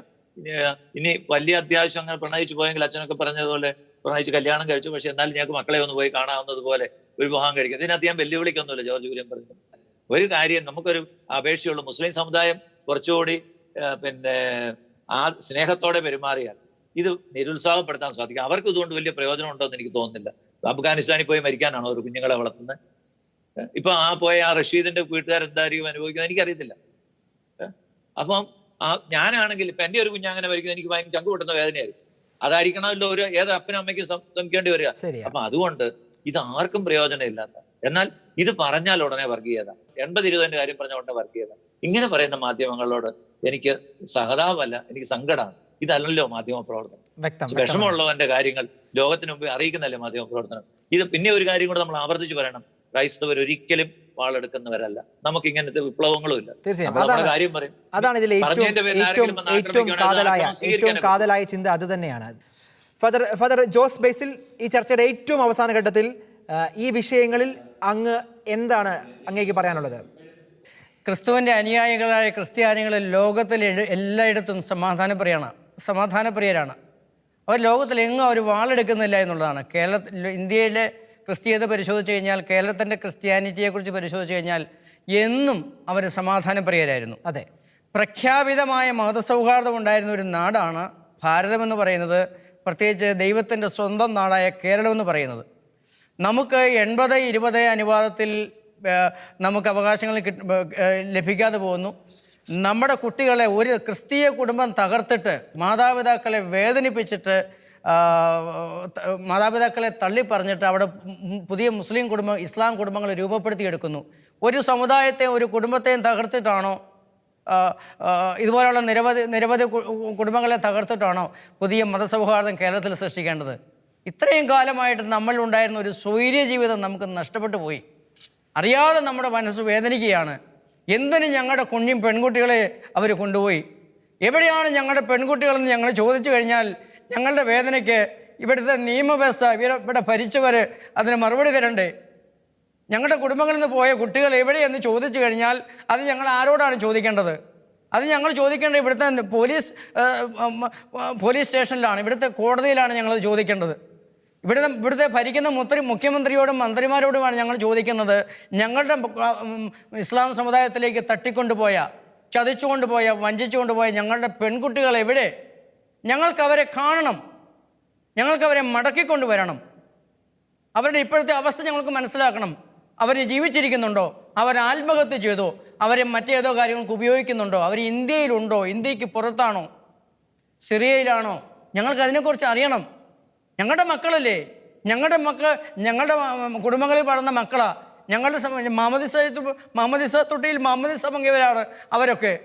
അവർ പോകുമ്പോൾ ഞങ്ങൾക്ക് വേദനയുണ്ട്. ആ വേദന ഞങ്ങളോടൊപ്പം ചേർന്ന് അനുഭവിക്കേണ്ടവരാണ് ഞങ്ങളുടെ ഈ നാട്ടിലെ മുസ്ലിം സഹോദരൻ എന്ന് പറയുന്നത്. അതുകൊണ്ട് നിങ്ങൾ എല്ലാവരും തീവ്രവാദികളാണെന്നൊന്നും ഞങ്ങൾ പറയുന്നില്ല. പക്ഷെ ഞങ്ങളുടെ മക്കളെ തട്ടിക്കൊണ്ടുപോയാൽ, ഞങ്ങളുടെ മക്കളെ പ്രണയിച്ച് അവരുടെ ജീവിതം തകർത്ത് കളഞ്ഞാൽ, ശാരീരികമായിട്ടും മാനസികമായിട്ടും അവരെ വെടക്കാക്കി, ഞങ്ങളുടെ സമുദായത്തെയും വെടക്കാക്കി തനിച്ചാഴ്ച കഴിഞ്ഞാൽ ഞങ്ങളും ഒരുപക്ഷെ പ്രതികരിച്ചെന്നിരിക്കും. ആ പ്രതികരണത്തിന് ഒരുപക്ഷെ മറ്റൊരു മുഖം ഉണ്ടാകാതിരിക്കാനായിട്ട് ഞങ്ങൾക്ക് ഈ നാട്ടിൻ്റെ ഭാഗമായിട്ട് തന്നെ മതസൗഹാർദ്ദം ജീവിക്കാനായിട്ട് ഞങ്ങൾക്ക് താല്പര്യം. നിങ്ങൾക്ക് മുന്നണി രാഷ്ട്രീയത്തിൻ്റെ ബെനഫിറ്റൊക്കെ ഒരുപക്ഷെ വലതുപക്ഷത്തിനോ ഇടതുപക്ഷത്തിനോ മറുപക്ഷത്തിനോ ഒക്കെ ഉണ്ടായേക്കാം. ഞങ്ങൾക്ക് അങ്ങനെയൊന്നുമില്ല. ഞങ്ങൾക്ക് ഞങ്ങളുടെ കുടുംബം, ഞങ്ങളുടെ പെൺമക്കൾ, ഞങ്ങളുടെ സമുദായം, ഞങ്ങളുടെ സഭ എന്ന് പറയുന്നത് ഞങ്ങളുടെ ഒരു വികാരമാണ്. യേശു ക്രിസ്തുവിൻ്റെ പിന്നാലെ യാത്ര ചെയ്യുന്ന ഞങ്ങളെ സംബന്ധിച്ചിടത്തോളം ക്രിസ്ത്യാനിയാണ് എന്നതിൻ്റെ പേരിൽ ഞങ്ങളുടെ പെൺകുട്ടികൾ വലിച്ചിഴക്കപ്പെടുന്നു, ദുരുപയോഗിക്കപ്പെടുന്നു. ഞങ്ങൾക്ക് ഈ മേഖലയിൽ ചില അവകാശങ്ങളില്ലേ? ആ അവകാശം സംരക്ഷിക്കപ്പെടണം. അതിനിവിടെ നിയമം ഉണ്ടാക്കണമെന്നാണ് ഞങ്ങൾ പറയുന്നത്. അതിനൊരു കമ്മീഷന് വെക്ക്, പഠിക്ക്. ഞങ്ങളുടെ പെൺമക്കൾ എവിടെയാണെന്ന് ഭരണീയ സ്ഥാനത്തിരിക്കുന്ന ഒരു കമ്മീഷനെ വെക്ക്, പഠിക്ക്. എന്നിട്ട് ഞങ്ങളോട് പറ. അപ്പോൾ നിങ്ങൾ പറയാം ഡേറ്റ ഞങ്ങളോട് പറഞ്ഞ് ഞങ്ങളെ നിരുത്സാഹപ്പെടുത്തരുത്. ആ ഡേറ്റ തരേണ്ട ഉത്തരവാദിത്വം സർക്കാരിനാണെന്ന് തന്നെയാണ് ഫാദർ ബേസിൽ പറയുന്നത്. സർക്കാരിന് തന്നെയാണ് ഡേറ്റ പരിശോധിക്കേണ്ട ഉത്തരവാദിത്വം. ആ ഡേറ്റ കിട്ടാത്തതിന്റെ കാരണം സർക്കാരിന് തന്നെയാണ്. സർക്കാരിന് തന്നെയാണ്. കാരണം ഇവിടെ രജിസ്റ്റർ ഓഫീസിൽ പോയ ആൾക്കാരുടെ എല്ലാം കൃത്യമായ കണക്കുണ്ട്. എന്തേ ആർജവത്തോടെ ഒരു തീരുമാനം ഇവിടുത്തെ ഭരിക്കുന്നവരെടുക്കുന്നില്ല. ആരെയോ ഭയപ്പെടുന്നുണ്ടോ? വോട്ടാണ് ഇവിടെ പ്രധാനപ്പെട്ടത്? അല്ല, അതിനപ്പുറത്ത് എന്തോ ആണ്. അതാണ് ഞങ്ങളിവിടെ ഔദരാലയങ്ങളിലൂടെയും വിദ്യാഭ്യാസ സ്ഥാപനങ്ങളിലൂടെയും നിസ്വാർത്ഥമായ സേവനത്തിലൂടെയും ജീവകാരുണ്യ പ്രവൃത്തിയിലൂടെയും ഒക്കെ ഞങ്ങളിവിടെ ഈ ഞങ്ങൾ ജീവിക്കുന്ന സ്ഥലങ്ങളിലെല്ലാം ഞങ്ങൾ രൂപപ്പെടുത്തിയെടുത്തത്. വ്യക്തമാണ്, വളരെ വ്യക്തമാണ് ഫാദർ ബേസിൽ ജോസ് ബേസിൽ. കേരളത്തിലെ സമൂഹത്തിന്റെ പുരോഗതിക്ക് ഇത്രയേറെ സംഭാവന ചെയ്ത ക്രൈസ്തവ സമൂഹം ഇത്തരം ഒരു അനീതിക്ക് ഒരു തരത്തിലും അർഹമല്ല. കുറെ കൂടി നീതിപൂർവ്വം ഈ സമൂഹത്തോട് പെരുമാറാൻ സർക്കാരിനും, അത് ഏത് സർക്കാരും, ഇടതു സർക്കാരായാലും വലതു സർക്കാരായാലും സർക്കാരിന് ബാധ്യതയുണ്ട്. ഇല്ലെങ്കിൽ കാലത്തിന്റെ മുമ്പിൽ അവര് അതിന് കണക്ക് കൊടുക്കേണ്ടി വരും എന്നുള്ളതാണ് സത്യം. കാരണം ഈ ഒരു പിരിപ്പിച്ച് നിർത്തുന്നവരൊന്നും എന്നും അവരുടെ കൂടെ നിൽക്കും എന്ന് കരുതരുത്. ബീഹാറിലെ അനുഭവമുണ്ട്. അവിടെ ഇത്തവണ കോൺഗ്രസ് പരാജയപ്പെട്ട് BJP ജയിച്ചത് അവിടെ കോൺഗ്രസ്സുകാർ ഇതുവരെ സഹായിച്ചുകൊണ്ടിരുന്ന മുസ്ലിങ്ങൾ ഇൻഡിപെൻഡന്റ് ആയിട്ട് മത്സരിച്ചുകൊണ്ടാണ്. കഥകൾ ഒത്തിരിയുണ്ട്. പക്ഷേ ഈ ലവ് ജിഹാദിലൂടെ നിർബന്ധിതമായി മതം മാറ്റി ആ കുഞ്ഞുങ്ങളുടെ ജീവൻ നശിപ്പിക്കുന്നത് സമൂഹത്തോട് ചെയ്യുന്ന ഒരു അപരാധമാണ്. അതിൽ നിന്ന് പിന്മാറണം. അതിന് പിന്മാറാൻ മുസ്ലിം സമൂഹം തന്നെ അവരുടെ ഇടയിലുള്ള തീവ്രവാദികളെ പ്രേരിപ്പിക്കുകയും സർക്കാർ കർശനമായ നടപടികൾ എടുക്കുകയും ചെയ്യണം. അത് ആണ് സമൂഹത്തോട് ചെയ്യേണ്ട ഒരു നീതി. നാട്ടിലെ മതസൗഹാർദ്ദം നിലനിൽക്കാൻ ചെയ്യേണ്ട ഒരു ഉത്തരവാദിത്വം എന്നൊരു ബോധം അവർക്ക് ഉണ്ടാവട്ടെ എന്ന് ഞാൻ പ്രാർത്ഥിക്കാം. വളരെ വളരെ വ്യക്തമാണ് ശ്രീ ടി ദേവപ്രസാദ്. ജോസ് കെ മാണിയുടെ പ്രസ്താവനയുടെ ലവ് ജിഹാദ് വീണ്ടും കേരള രാഷ്ട്രീയത്തിൽ ചർച്ചയാവുകയാണ്.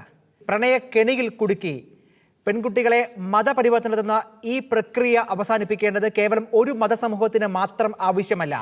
കേരളത്തിൻ്റെ, ഭാരതത്തിൻ്റെ സാമൂഹിക, സാംസ്കാരിക, മതപരമായ ഐക്യത്തിനും നിലനിൽപ്പിനും അഭിവൃദ്ധിക്കും വേണ്ടിയുള്ള ഒരു ആഹ്വാനമാണ്, ആവശ്യമാണ്.